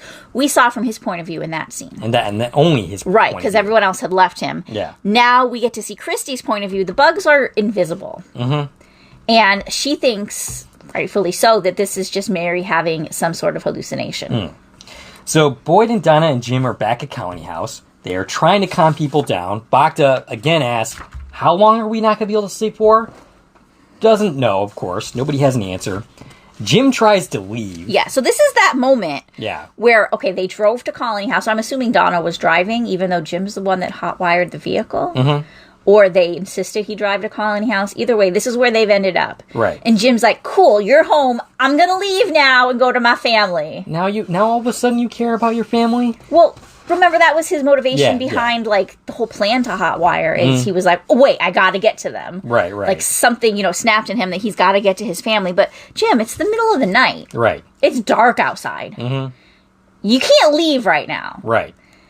And, it's funny, like, remember back in season 1, it was such a big deal to open the door. Even when Ellis was standing outside, it took Donna, like, bringing a gun to people for them to even open the door in the first place. Mm-hmm. And now we're opening this door, like, an awful lot recently. Right. Yeah. Starting with episode 6. So they opened the door to let these people in the first place. Mm-hmm. I mean, obviously they weren't going to let Donna die out there. But now he wants to open Ellis, it. you mean? Donna wasn't out there. Just now. Oh, Donna. just now. Okay. Yeah. Okay. I thought you were talking about, got my wires mixed up there. So he wants to leave. They're not going to let him open the door again. Mm-hmm. That's a terrible idea, Jim. Yes. Not only are you opening the door again at Colony House, driving, which is dangerous, now you want to open the door at the Lou house and put your whole family at risk. So this is where I'm reminded of Tabitha's speech to Ethan earlier, that the best thing you can do Yes. for your family is to stay put. Mm-hmm. Like, trying to go from house to house in the middle of the night is not going to help anybody. At this point, none of Jim's actions are coherent. Like, everything he does is... There's no thought anymore behind anything he does. Like, specifically, last episode, he was flitting from one action to the next, and it's continuing into this episode. Yeah. He's lost it. It's at this point that I'm... No more chances. I don't care about Jim. I'm done with him. Yeah. I've completely written him off at this point. I don't care. Yeah, and I'm with you. So they end up pointing a gun at him. And, Yeah, they forcibly keep him away from the door. And Boyd is the first one to pull a gun on him. Then that person whose name I can't remember. That wasn't Matthias. I don't know who Matthias? that was. It was some other gunman. Okay. Donna basically says, he goes nowhere. Boyd ends up hearing screaming, and he goes upstairs to find Mary with her eyes white. Christy is freaking. She's still alive. She's asking Boyd to help stop this. The doctor is asking Boyd, who is not a doctor. Yeah, he's just like some military guy. Right, to like help her stop this. Help. And all Boyd can do to help is try to calm Christy down. Right. And he's like, buddy. Yeah. Listen, she doesn't need a fiance right now. Mm-hmm. She needs a doctor. Mm-hmm. So calm down and do your job. Right, and she's like, I don't know what to do here. There's nothing medically I can do for her. Well, she's alive. Yeah, she's breathing. Yeah. We get confirmation of that right here, which is another line I think a lot of people missed. Right. Because there's a lot of people out there who think all these people are dead, which... No, they're not. Yeah, as far as we know... I mean, I'm assuming right now that Randall's situation is the same as Mary's. Right. And this is the point where we're like, oh, maybe that wasn't death that we saw. Right. That something is happening. Yeah. Stay with her. We can get her back. So anyway, now Donna's coming to the scene. Like, Christy's telling people in the hallway to fuck off. Ellis comes in and says, there's something you need to hear. And I thought for a moment that they were going to find out that Dale was dead, but that's not the case.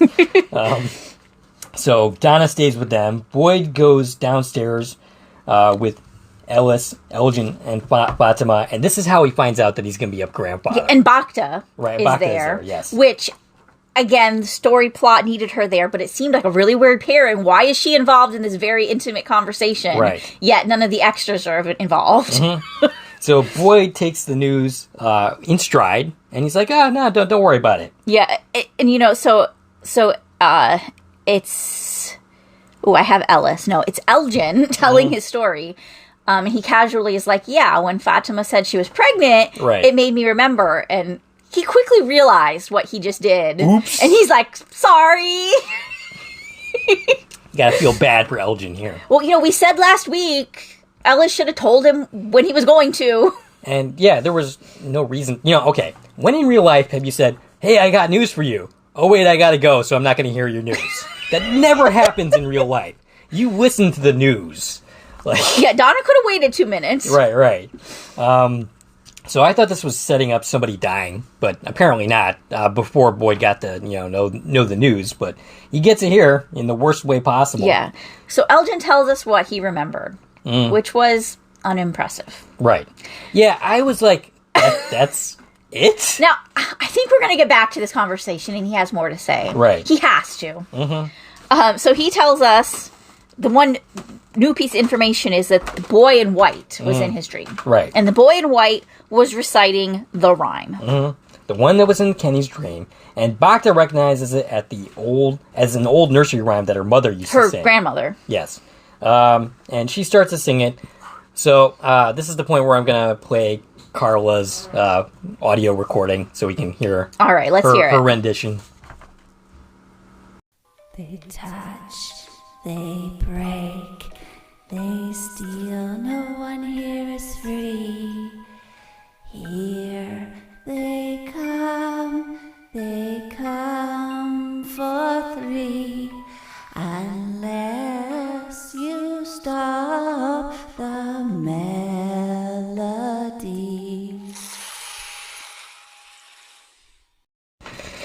Well, thank you for that, Carla. I mean, I was already having nightmares thanks to this episode, but you definitely much helped my nightmares along for this. Yeah, for that today. was very creepy, as promised. So thank you for that, Carla, our award-nominated voice actress. So, okay, so... I had a question. Okay, what was your question? So, this nursery rhyme. Are we supposed to gather from Bacta saying, yeah, my grandma used to tell me that nursery rhyme, that this is an actual nursery rhyme within this world? And that, would be fairly common for people to hear. Maybe not everybody knows it, but it's out there, right? It's a real nursery rhyme. it's definitely not a nursery rhyme that exists in our world. It doesn't exist in our world, so that's my question. Is her telling us she's heard it supposed to make it commonplace? Or does that mean Bacta has some specific connection here? Like, who is her grandmother? Something is up. This is suspicious, right? Yep. Which way are you leading? Well, you took a poll. I did take a poll. And I'm on the losing end of that poll. Okay. So I did a Twitter poll. Yeah, and I said that it was a real world thing. Okay. In this world. In this world, that's a thing. And they're trying to tell us that, right? By Bacta suddenly being like, yeah, I know that. We got 29% of respondents saying that, yeah, it's a common nursery rhyme in this world. 71% of respondents think it's totally sus. That something is up with Bacta specifically, that she knows this. I mean, I guess the way we would know is if other random characters start telling us if they know it or not. Right. But even then, it could mean they all were intentionally exposed to this. Right. So I guess that wouldn't actually help. Yeah, I don't know. It's hard to tell. This could very well be a common thing in this world. Yeah. Or maybe Bacta is exposed to this in a weird way because she's destined to be here. Right. And that's the reason is why. her grandmother somebody that's been here before or involved in whatever cycle this is? Or maybe Bacta's a plant and she's supposed to know this rhyme? Right. I don't know. Yeah. And that's where this scene cuts off.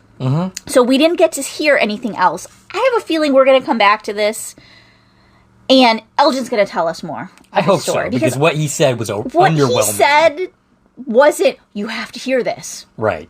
It was, okay, cool, here's the nursery rhyme. Right. And you saw the boy in white. Cool, which means nothing to anybody, by the way. Nobody here knows who the boy in white is. Right. Ethan would know, Victor would know, Yeah, Sarah. Not anybody else here, that's for sure. And Sarah's Tabitha has heard of the boy in white. Right. But yeah, these people, this doesn't sound like urgent information. That, you know, Ellis pulled Boyd away from, you know, that actual urgent situation to hear this. Right. And it's like, what else happened in your dream? Something in that dream invoked this fear of the town, that the second he woke up and saw the diner, he was trying to escape, right? He was like, no, you can't stop here, keep driving, we're all going to die if you stop here. And then the Brundles. We've already been told the Brundles were in his dream. So I need you to connect some dots here between a little boy reading a nursery rhyme and this fear. Right. What else happened in your dream? Right. Something else needs to be described here. This cannot be it. All that we hear about Elgin's dream. Yeah, because a little boy saying a nursery rhyme, even though it's a creepy nursery rhyme. And it is a super creepy It's a super creepy nursery rhyme, but this doesn't tell us anything about why you're afraid of this town or what's going on. There is nothing here that we haven't already heard like three times at this point. Exactly. The only new information is that the boy in white said it. So anyway, we cut to Jade and Tabitha, who wonders if saving the children is the way they all go home. Yeah, so it sounds like Tabitha is pretty set on heading for the lighthouse. And then we hear screams. From the living room, where the rest of the family unit is. Yes, it's Julie. The same thing that happened to Randall is now happening to her. And this time, we are not seeing her perspective at all. Nope. We are seeing the perspective of everybody else in the room, which is she is laying on the floor freaking out, and we do not see any cicadas. No. But we can assume, based on now seeing all three different incidences of this, coming from the victim's perspective, Mary we saw from both her perspective and Christy's perspective, now we're just seeing the observer's perspective.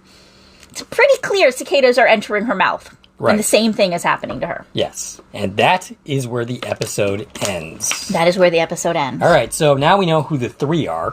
We have a three. Now, there's still some arguing on social media about, is this the three? I mean, it would seem that we... It seems that way to me. Yeah. That our three are Randall, Mary, and Julie. Mary is obvious. We pointed out to her she stole.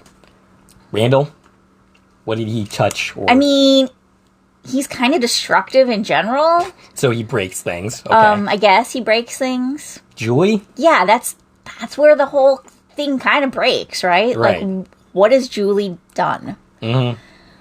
Other than, like I said, you know, she might have been seen as, you know, not being nice to Sarah by stealing. No. I haven't seen any interaction between Sarah and Julie at all. Yeah, I don't really know. Like, Julie's kind of a nice person, right? I did see some people say, oh, she touches people. Okay. As in, she's touching, like, in a positive way. Okay. But, maybe. But everything else we're talking about here is a negative connotation, right? Right. So, I have a theory about what's going on here. Okay. All right, so, Smiley is injected with the worms. He dies. And, you know, they do an autopsy, which, by the way, all right, that's fine. They do the autopsy. They should have burned that body. Kenny was right. The instant they were done with that autopsy, they should have just straight up burned the body. And I'm pretty sure nothing would have happened if they had done that. But they don't. So the worms turns into the cicadas. The cicadas leave Smiley's body. They enter Randall. They enter Mary. They enter Julie. I'm pretty sure this is how people become the monsters. Yeah, and that's a pretty common theory I've seen, and I think I'm leaning that way as well. Right. That we're on a path for these three people to become the next monsters, to replace Smiley. And so that would mean that this is that killing a monster was a Pyrrhic victory. I'm not sure even if I said that word, but like basically a victory in which it cost you more than you won, basically. Right. And if that's the case, I think we still have a chance to stop the process. Right, because if you stop the melody. By stopping the melody. Unless the melody already stopped in the RB, in which case they would just be doomed. But it's unless you stop the melody. Right. So meaning stopping the melody is good, not stopping it is bad. Right. So how would you go about that? I don't know.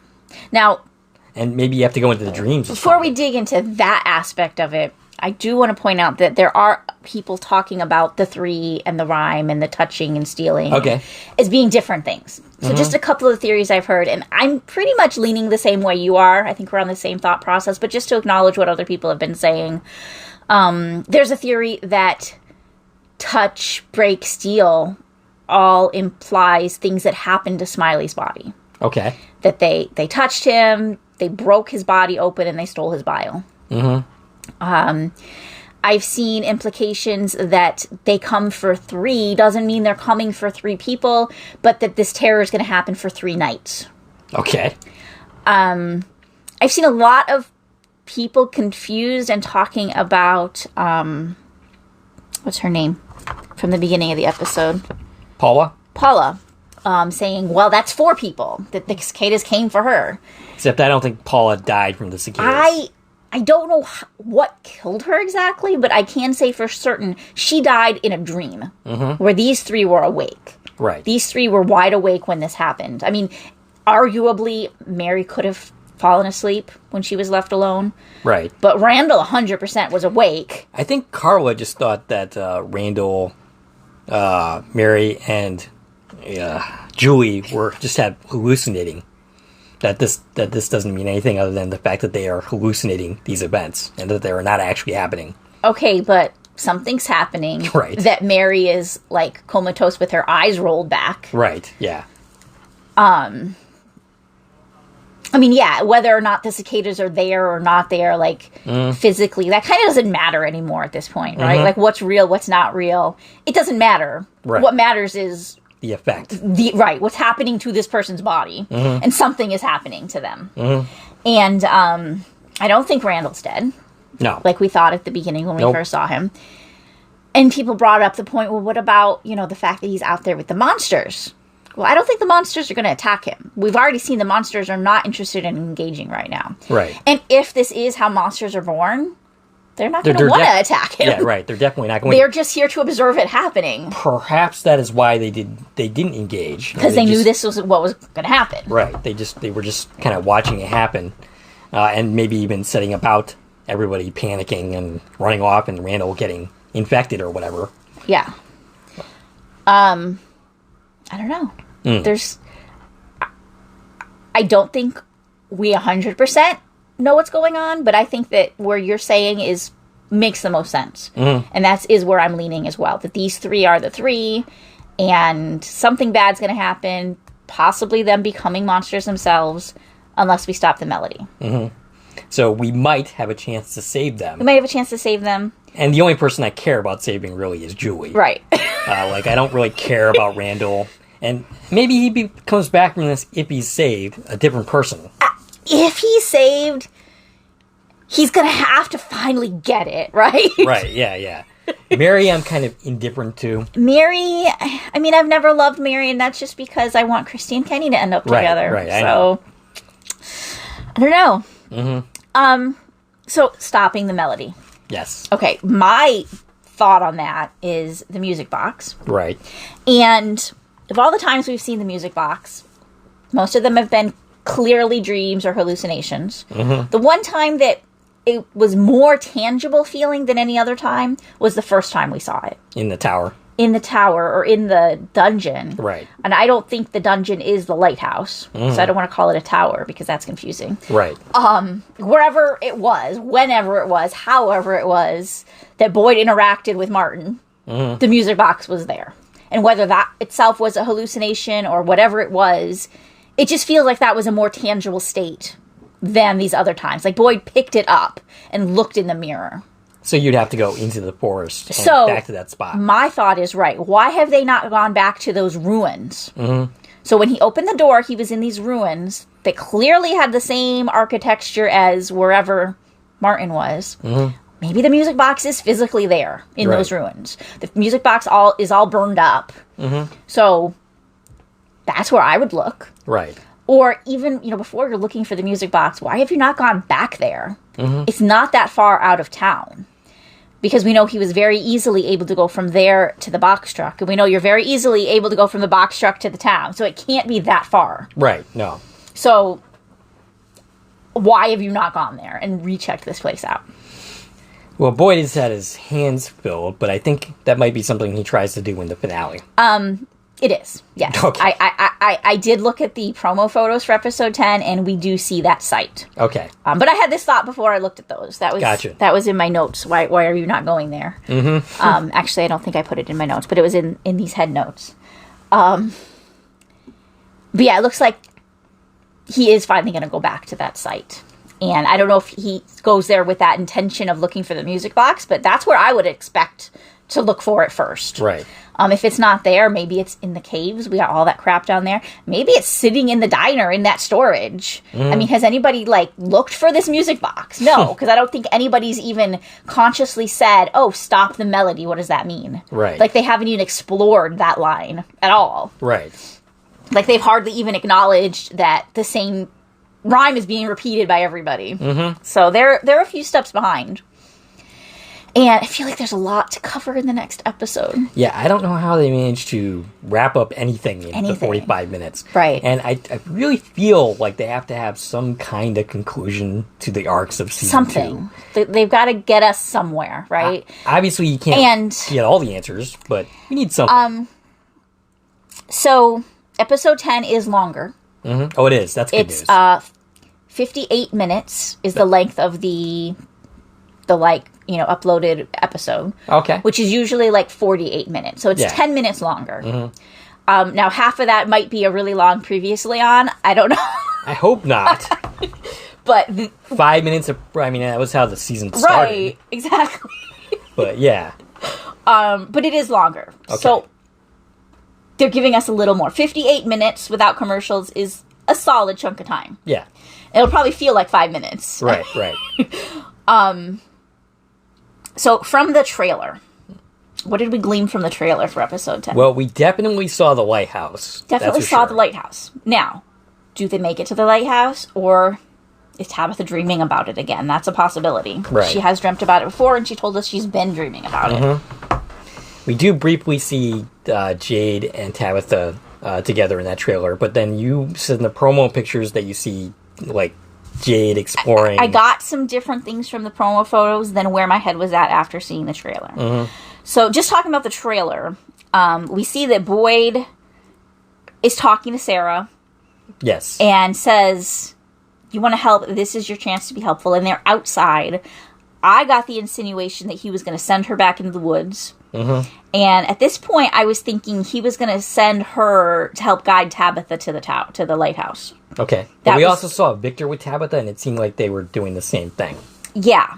So, but it felt like, because Sarah's been there, right? Right. So I thought maybe Boyd was going to have Sarah help lead the path of where did we go that night to help you on the way. We also got a clip of Victor telling Tabitha, holding that one of Eloise's pictures, the picture of the bottle tree, and saying, this is how you get there. Like they were a faraway tree. It was a bottle tree. The bottle tree is a faraway tree. Yes. And the question is, was the bottle tree that we saw in season 1 also a faraway tree? No, yeah. That's interesting. I don't know. Because I don't recall seeing that. Or maybe they just didn't show us that part of the tree. Mm-hmm. At that point, Boyd and Sarah didn't know about faraway trees, so it wouldn't have been notable to them if the tree had a hole in it. Right. Excuse me. But we see that Victor is trying to lead Tabitha. Mm-hmm. And we also saw the caves in the trailer. Yes. Specifically, Jade is at the caves. So, yeah, all of these characters are going on quests. Are these quests connected? Are they all together, or are they in separate parties? Looking at the promo photos for episode 10, and I don't want to share too much. There's a couple things in there that felt a little more spoily than the promo photos usually give us. Mm-hmm. Now, I'm going to remind everybody, I have not seen the episode.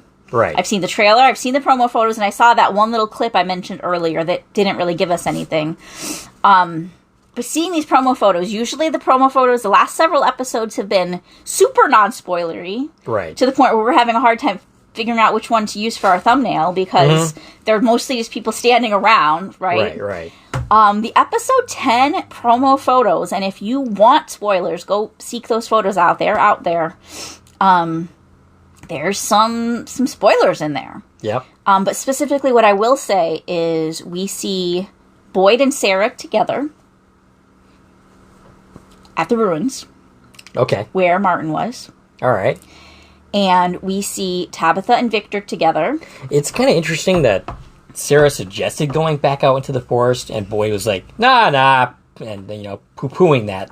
Just like the last episode, and now he's like 2 episodes later, he's changed his mind. I will say that clip that I saw, yeah, Jade talking about puzzle pieces, we did get in that moment that he gave Boyd some idea, and Boyd leaves saying, I gotta go talk to Sarah. Okay. So Boyd's there during that, and that's the setup for him going. I think he makes a connection in his head of, oh wait, Sarah's supposed to be important. Let me go get her involved in this. Right. Well, good, because, we need to... Because there's a reason we kept her alive. Right. We need to pay that off, all that time. So yeah, Boyd and Sarah are together in the promo photos. Victor and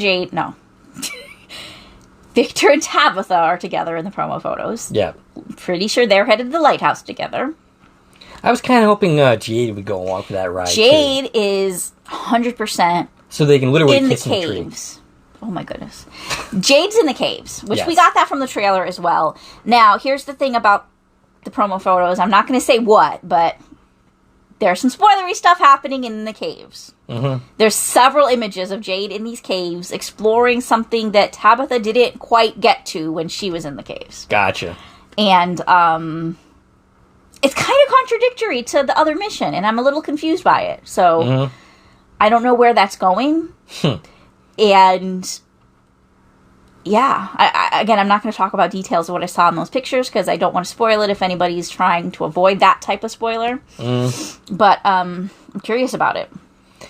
And the other kind of spoilery thing I want to talk about is IMDb. Yes.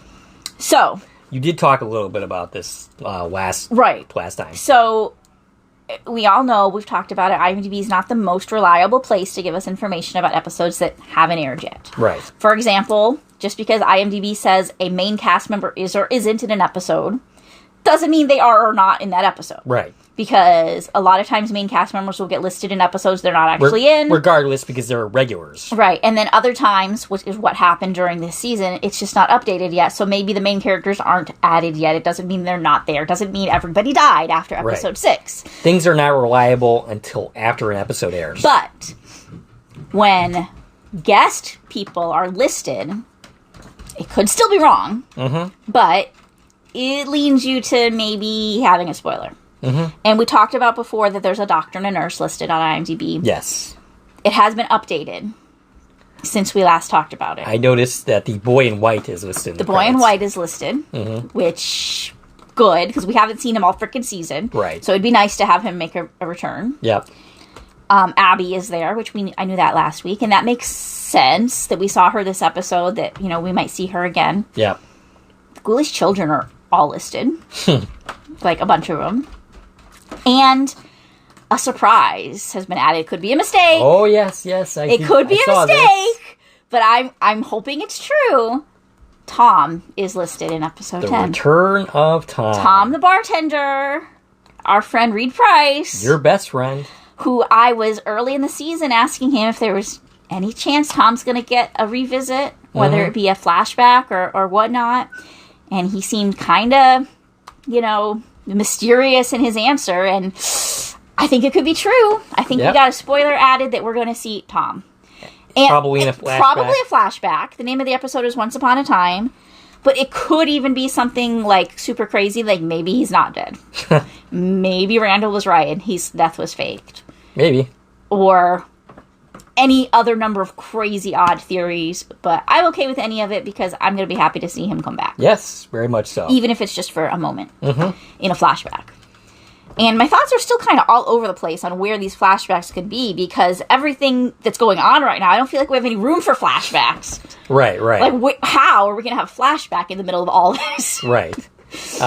Yeah, I don't like. We can't spend too much time on them because we Right. have so much else going on. There's so much going on. Like I just said, the promo photos tell us we have 3 separate parties we're following on adventures. Right. Not to mention all the other characters we're leaving behind. It's the season finale. They're not going to just not show most of their cast. They're going to show pretty much everybody, I'm sure, in some sense or another. Yeah. I'm actually kind of curious what Jim is going to be doing during this Right. episode. What's Jim doing? What's going on at Colony House? Because like Jim's story at this point, his arc for the season, it's over. Like it's he was on this quest and it ended badly. Where does he go from here? Right. I think maybe they kill him off because his story is pretty much complete. I don't know. Yeah. I mean, maybe he still redeems himself. Not in my eyes. No. Not in my eyes. I am ready for Jim to move on and make room for Jade. Yes. Jabbatha. Yes. Well, do we have any other thoughts about this episode? And just the whole concept of how does all of this link back to these 3 people who we have now in limbo? Right. We kind of have to like answer the question of their fate. Yeah, and I This don't know. episode. I don't know if we're going to If they just leave that like leave them open-ended unconscious for the next year. with their glowing white eyes until season 3 starts, that'd be awful. Yeah, but it's almost here. One Yep. more episode. We Yep. will know in less than a week. Mm-hmm. And whew, Unlike when I finish watching season 1, I'm not going to have a few days before I see the next season. we're gonna have to wait a long time. Yeah. And, We got a writer's strike still going on. The possible actor strike, the last thing I read about that was that if they don't come to some agreement, they've already voted to strike. So hopefully they resolve that, because that would be... And maybe if that does happen, that could be a reason to have Carla on to discuss that situation, because she would know more. I don't think she's in the negotiations or anything like that, but she would know more than either one of us about it, about some of the issues. The directors, they basically settled. They came to some kind of agreement, so that's not a problem anymore. They're not going to face the 3-pronged strike that we were worried about. Mm-hmm. The fires don't seem to be an issue anymore. I mean, they're still going on, but they're under control, it seems. Yeah, we're not getting any more smoke down our way. Right. Just thank goodness. That Yes. was a little scary that week. So really, it just comes down to the writers at this point. Yeah. Coming to some And, kind of equitable agreement. And just to, put it out there, I've seen some confusion about this. Yes, the show's filmed in Canada, but it is a Hollywood production. Mm-hmm. This is not a Canadian series. Right. It's an American series being filmed on location in Canada. Mm-hmm. And, the writers of this show are definitely part of the Writers Guild of America. Yes, absolutely. You got anything else? I don't think so. I'm eagerly going to await for the last episode, and then I'm sure we'll have a lot to talk about. Oh, yes, definitely. I don't think I'm ready. I'm not ready for the finale. Yeah, not emotionally ready. We'll have a discussion next week about the finale, and then we'll have lots of time to talk about long-term theories, do some rewatches, Yes. connect some dots, Yes. maybe have some surprises in store for the channel. That would be awesome. I think we were pretty close on one of them that we were trying to get. Yeah. So yeah, we would like to hear from you. Stacy can be reached at. I can be reached on Twitter at TVN Coupon Talk. If you like this video and want to support the channel, there are a number of ways to do so. You can follow me on Twitter at Core Productions. I'm pretty active there now. You can join my Core Productions Facebook page. You can buy me a copy, which is a new way to support content creators such as ourselves. You can buy something from the Core Productions store on Zazzle. And of course, you can like, share, and comment on this video, as well as subscribing to our channel. This is Dave and Stacy from Core Productions, signing off.